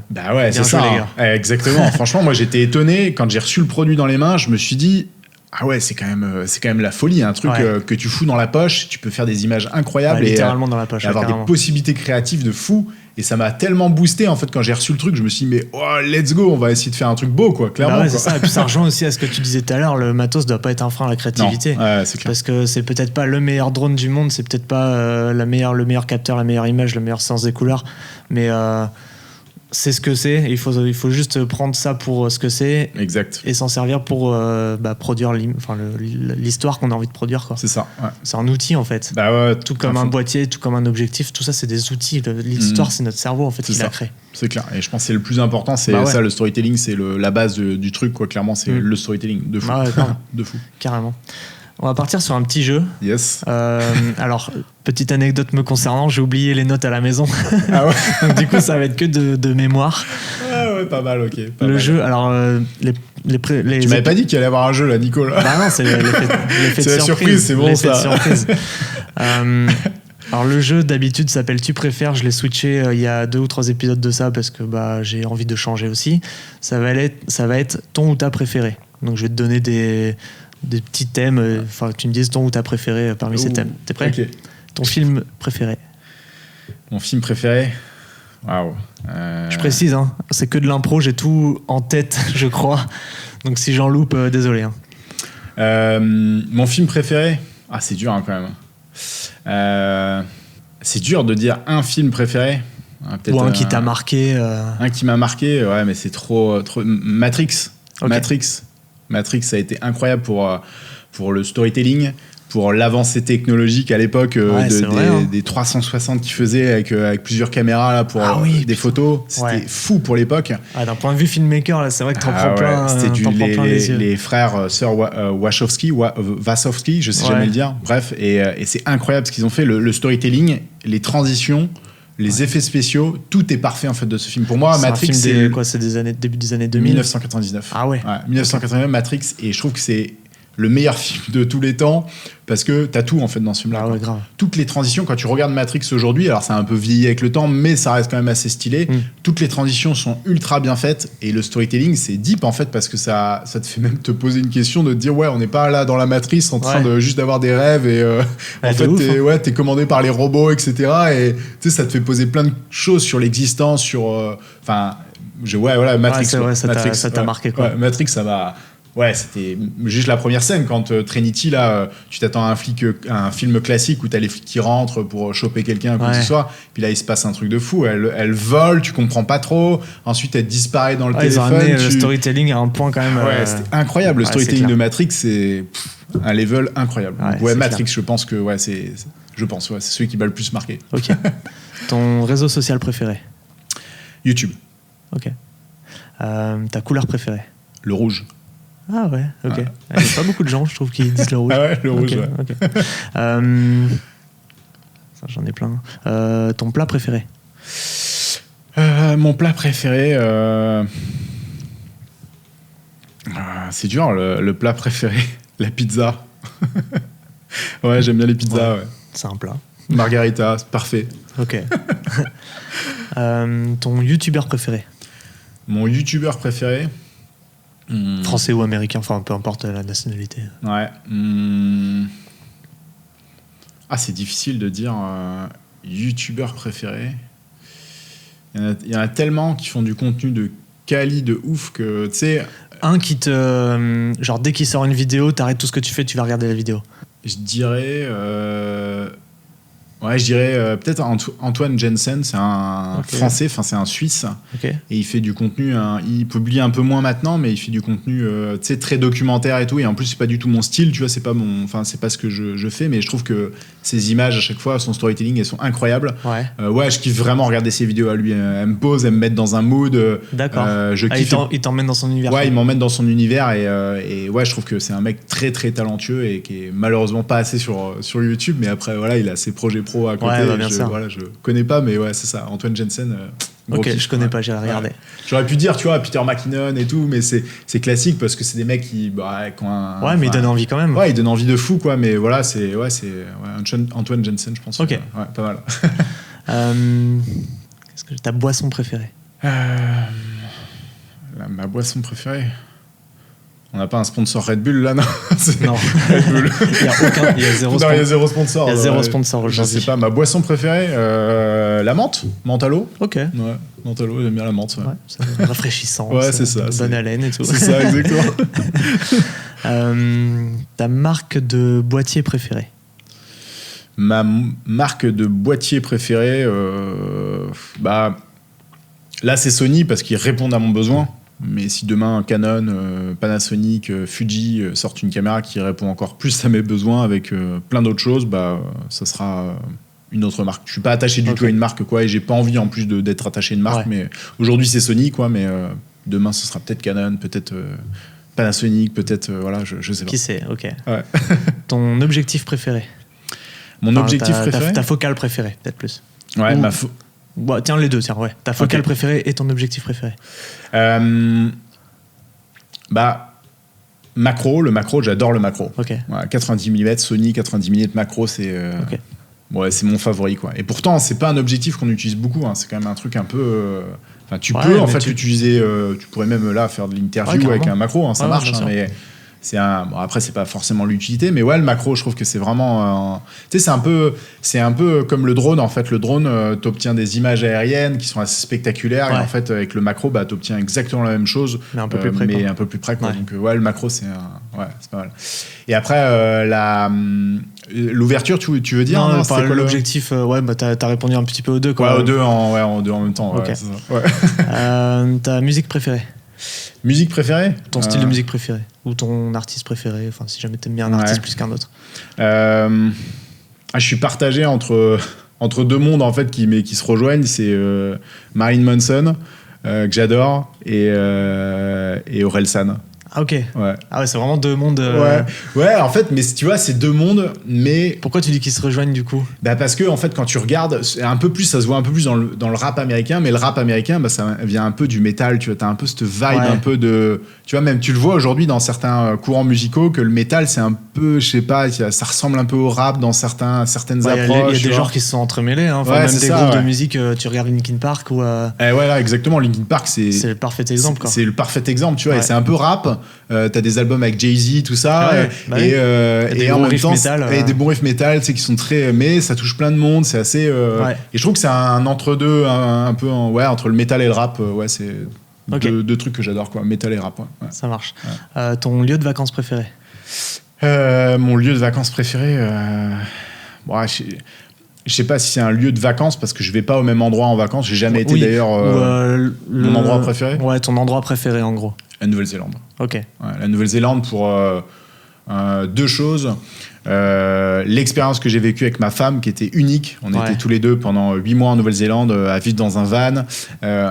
Et c'était incroyable, ça nous a rapprochés. C'était fou, quoi. Puis les paysages, ça doit être dingue aussi. Les paysages, c'était le deuxième point. C'est les paysages, c'est exceptionnel. La Nouvelle-Zélande, moi je recommande à tout le monde de partir en Nouvelle-Zélande. T'as fait ce petit, je sais pas si ça existe encore, mais j'ai vu ça sur internet. C'est un espèce de road trip Seigneur des Anneaux. Ouais, il y a ça, il y en a beaucoup qui font ça. Bah, on a été à Hobbiton, tu vois, genre la ville et tout, mais c'est trop bien parce que c'est. Mais c'est vraiment un vrai truc là-bas. Ah ouais, c'est un vrai truc. C'est-à-dire que, en fait, c'est une terre d'un cultivateur, d'un agriculteur, pardon. Et en gros, le réalisateur lui a proposé, bah écoute, on peut utiliser tes terres, on va construire des maquettes et tout, de petites maisons et tout. Et le mec, il leur a loué en fait le terrain. D'accord. Et au final, aujourd'hui, il exploite toute cette partie-là parce que c'est devenu un vrai business. Tout le monde veut aller au Hobbiton. C'est genre un musée. C'est un musée. Et t'y vas parce que c'est trop bien, quoi. Déjà, c'est mignon, c'est ultra bien fait. T'as l'impression vraiment qu'il y a des gens qui vivent ici. Bon, ils sont petits, les gens, mais tu vois, enfin, ils sont petits ou ils sont grands, il y a tout, mais ouais, tu vois, c'est. Ouais. Mais ouais, Nouvelle-Zélande, ouais. Ok, trop bien. Ton dessert préféré? Mon dessert préféré c'est pas facile. Bah, depuis que je suis à Bordeaux, le cannelé, c'est quand même pas mal. Non, je dirais la crème brûlée, mais le cannelé, c'est pas mal quand même. C'est vrai que le cannelé, c'est très bon. C'est pas mal. Hein. Ça se mange à toute heure, à tout temps. C'est quand même pas mal le cannelé. Hein. Faut pas être trop gourmand. Parce que... Ouais, c'est très. Et ça coûte pas cher en plus. Hein. C'est ça le problème. Pas cher du tout. C'est pas un problème, mais ça en devient. Ouais, ça peut en devenir. Au final, c'est un budget, tu sais, comme ceux qui fument des clopes, quoi. Ça devient un budget mensuel. Ton budget cannelé, quoi. Clairement. Et on va terminer cette série de questions parce que j'ai plus d'autres idées après en tête. Le meilleur conseil qu'on t'ait donné? Go big or go home. Ça veut dire fais les choses en grand ou rentre chez toi, quoi. C'est un peu ça. Ou fais rien du tout, quoi. C'est ça. Les Américains qui utilisent cette expression-là, go big or go home, tu vois, c'est assez.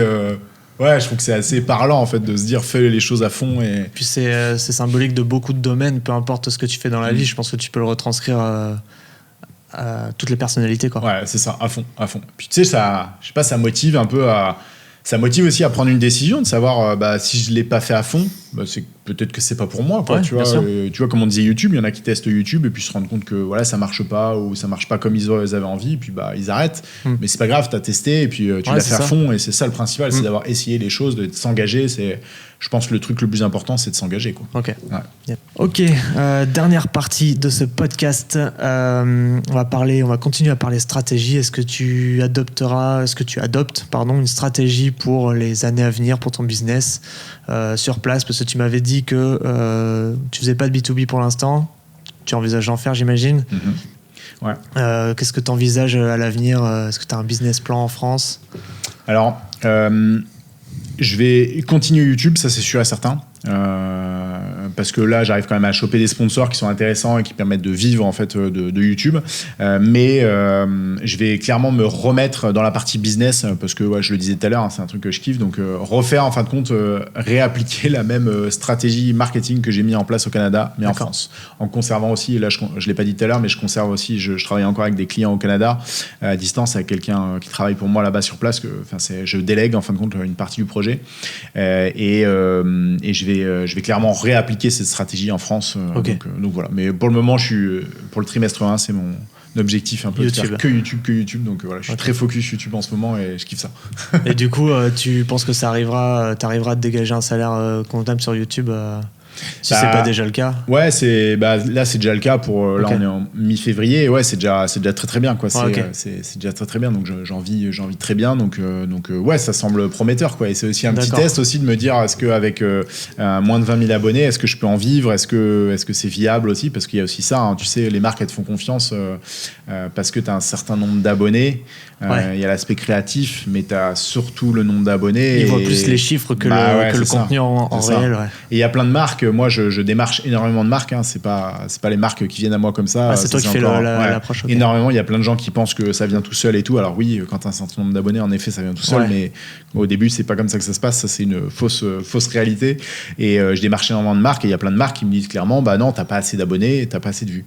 Donc, voilà. Donc au final, c'est plus ta créativité, c'est un nombre d'abonnés. Mais ce qui est compréhensible aussi, hein, ils veulent de la visibilité, ils veulent ce qui est aussi logique d'un point de vue stratégique. Mais du coup, c'est à se poser la question, au point de vue d'une marque, à partir de combien d'abonnés t'es légitime? Parce que si à 3 000 t'es pas assez, à 10 000 t'es pas assez, à 20 000 t'es pas assez, quand c'est assez en fait pour la marque? Ils veulent que t'aies combien? 1 million, 10 millions? C'est pas possible. Au bout d'un moment, il faut que la marque elle réfléchisse un petit peu et qu'elle se dise ok, il a quand même une audience qui est récurrente, qui vient regarder ses vidéos tous les dimanches. Exactement.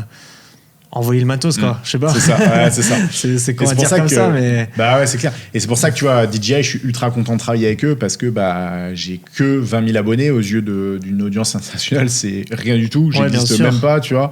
Mais voilà, j'ai une communauté, j'ai un certain nombre de vues, etc. Et ça fait plaisir qu'une marque comme ça te fasse confiance et te donne la possibilité de montrer ce que tu es capable de faire. Après, peut-être que eux, ils ont une visibilité sur ta chaîne d'un point de vue nombre d'abonnés et ce que les vidéos génèrent en vue aussi. Le fait que ton audience regarde toujours tes vidéos, peut-être qu'à leurs yeux, c'est plus important qu'une chaîne de 4-5 millions d'abonnés qui sort des vidéos toutes les semaines, mais qu'il y a 10 000 personnes qui les regardent. Tu vois, le ratio entre le nombre d'abonnés et le nombre de vues est très très large. Donc peut-être que c'est ça qu'ils regardent et qu'ils voient qu'il y a de l'engagement sur le peu entre guillemets d'abonnés. Ouais, c'est clair. Ouais, c'est quand même beaucoup, hein. Faut pas se leurrer. 17 000, c'est énorme. Hein. Bah ouais, c'est clair. Ouais, non, c'est très cool. Ouais, c'est cool. C'est clair. Ouais, non, c'est clair. Mais ok, donc YouTube. C'est ça, YouTube. Stratégie YouTube. Stratégie YouTube pour le moment. À fond, c'est ça. Ok, petite question que j'avais envie de te poser. Est-ce que tu penses que le métier de vidéaste, photographe, créateur de contenu, tout ça dans un sens plus large, est bien considéré en France? Il est de mieux en mieux considéré, je pense. Peut-être pas suffisamment, mais je trouve que il y a un peu deux mondes, un peu le monde de l'influence où il y a plein de dérives et plein de trucs qui font pas forcément une bonne image, on va dire, des créateurs, hein, au sens large, comme tu disais. Mais je pense que c'est de mieux en mieux. Tu sais, aujourd'hui, je me rends compte qu'il y a de moins en moins de gens qui te disent t'es vidéaste, pour prendre le terme vraiment de base de vidéaste qui fait de la vidéo, quelqu'un qui fait de la vidéo. Il y a de moins en moins de gens qui te disent mais t'arrives à en vivre, tu sais.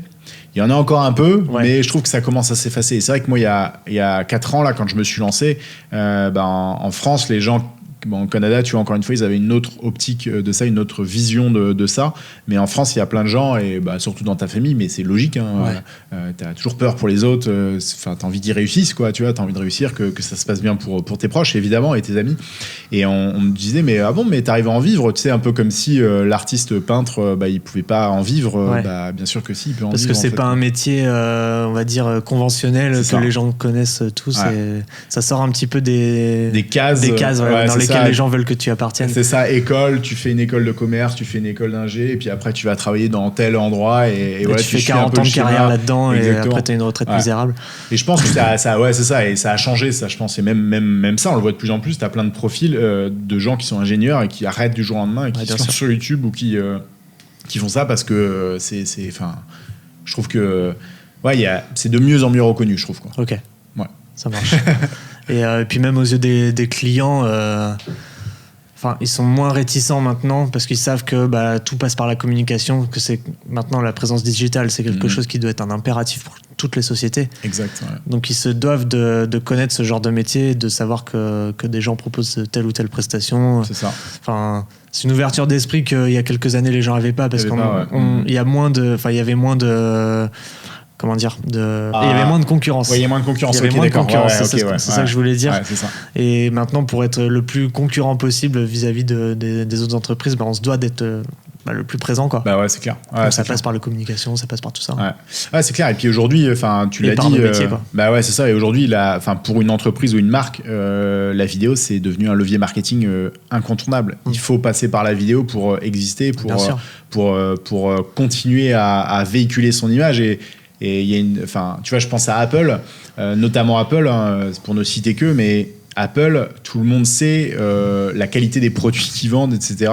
Ouais. Mais ils continuent à véhiculer, à faire des vidéos et ça coûte très très cher pour une entreprise comme Apple, mais ils continuent à le faire. Donc ça prouve aussi que c'est pas parce que tu es en place aujourd'hui que tu y es pour toujours. Quoi. Il faut continuer à véhiculer et c'est aussi ton image de marque. Et pour une entreprise qui communique pas avec la vidéo aujourd'hui, elle n'existe pas, ou son image va se transformer et au bout d'un moment, une fois que c'est passé, c'est trop tard. Quoi. Ouais, c'est ça. Et puis il y en a 10 qui t'ont déjà doublé et ça va être compliqué de rattraper le train une fois qu'il est parti. Quoi. Exactement.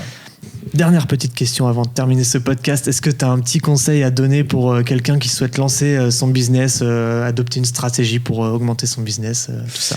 Ouais, je dirais fais des projets, peu importe ce que c'est, va voir je sais pas, une boîte que t'aimes, une boîte pour lesquelles t'aimerais bien bosser et bosse pour eux même gratuitement au début.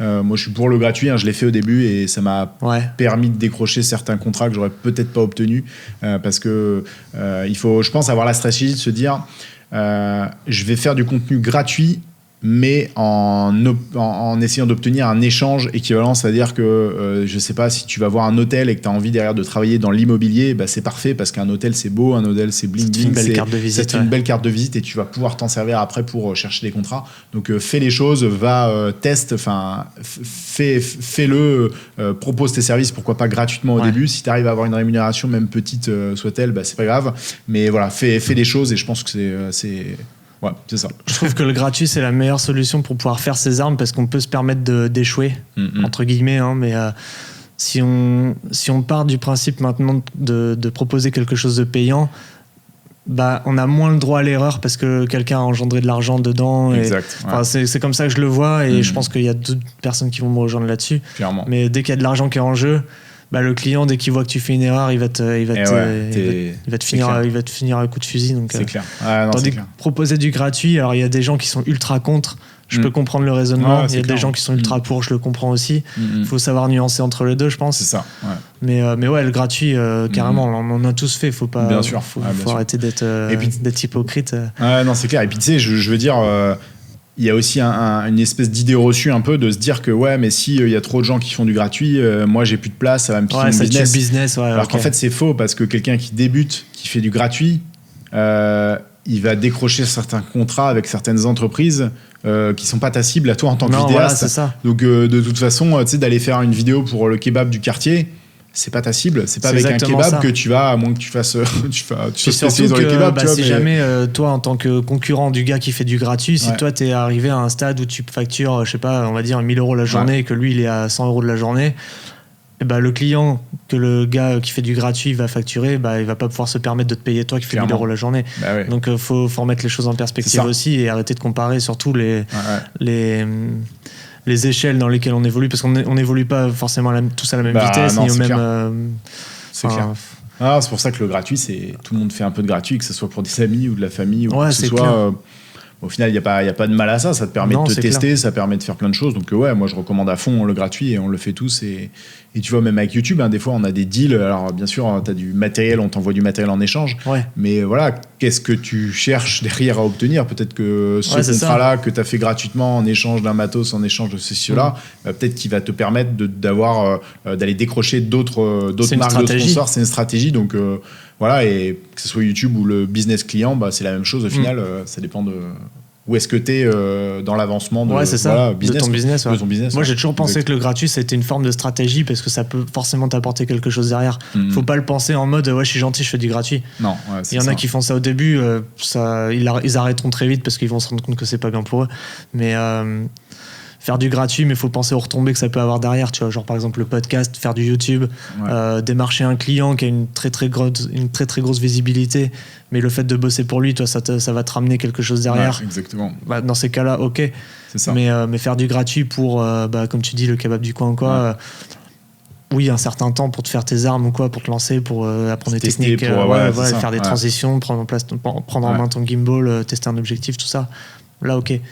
Mais une fois que ton business est implanté, je pense que le gratuit, faut l'oublier, quoi. Bah oui, de plus en plus, faut le laisser de côté. Clair. Bah ouais, faut faire. Tu fais 1, 2, 3 projets gratuits, et puis qui te prennent pas non plus trop de temps, et puis après let's go, quoi. Après tu chiffres clairement, quoi. Bah ouais, parce qu'il faut pas perdre de vue que c'est quand même un business. Hein. Si on veut pouvoir en vivre un jour, faut arrêter d'être trop gentil aussi. Bah ouais, c'est ça. Ouais, c'est compliqué parce que on est. Enfin voilà. C'est clair.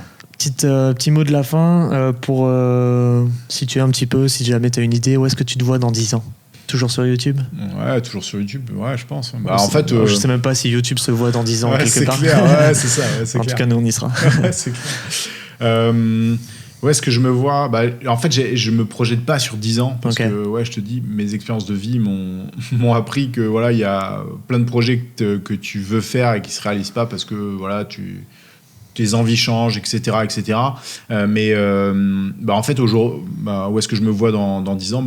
Aujourd'hui où je suis déjà là, c'est très cool, quoi. Je me sens bien dans ce que je fais, je me sens bien sur YouTube, je me sens bien dans le business client, là.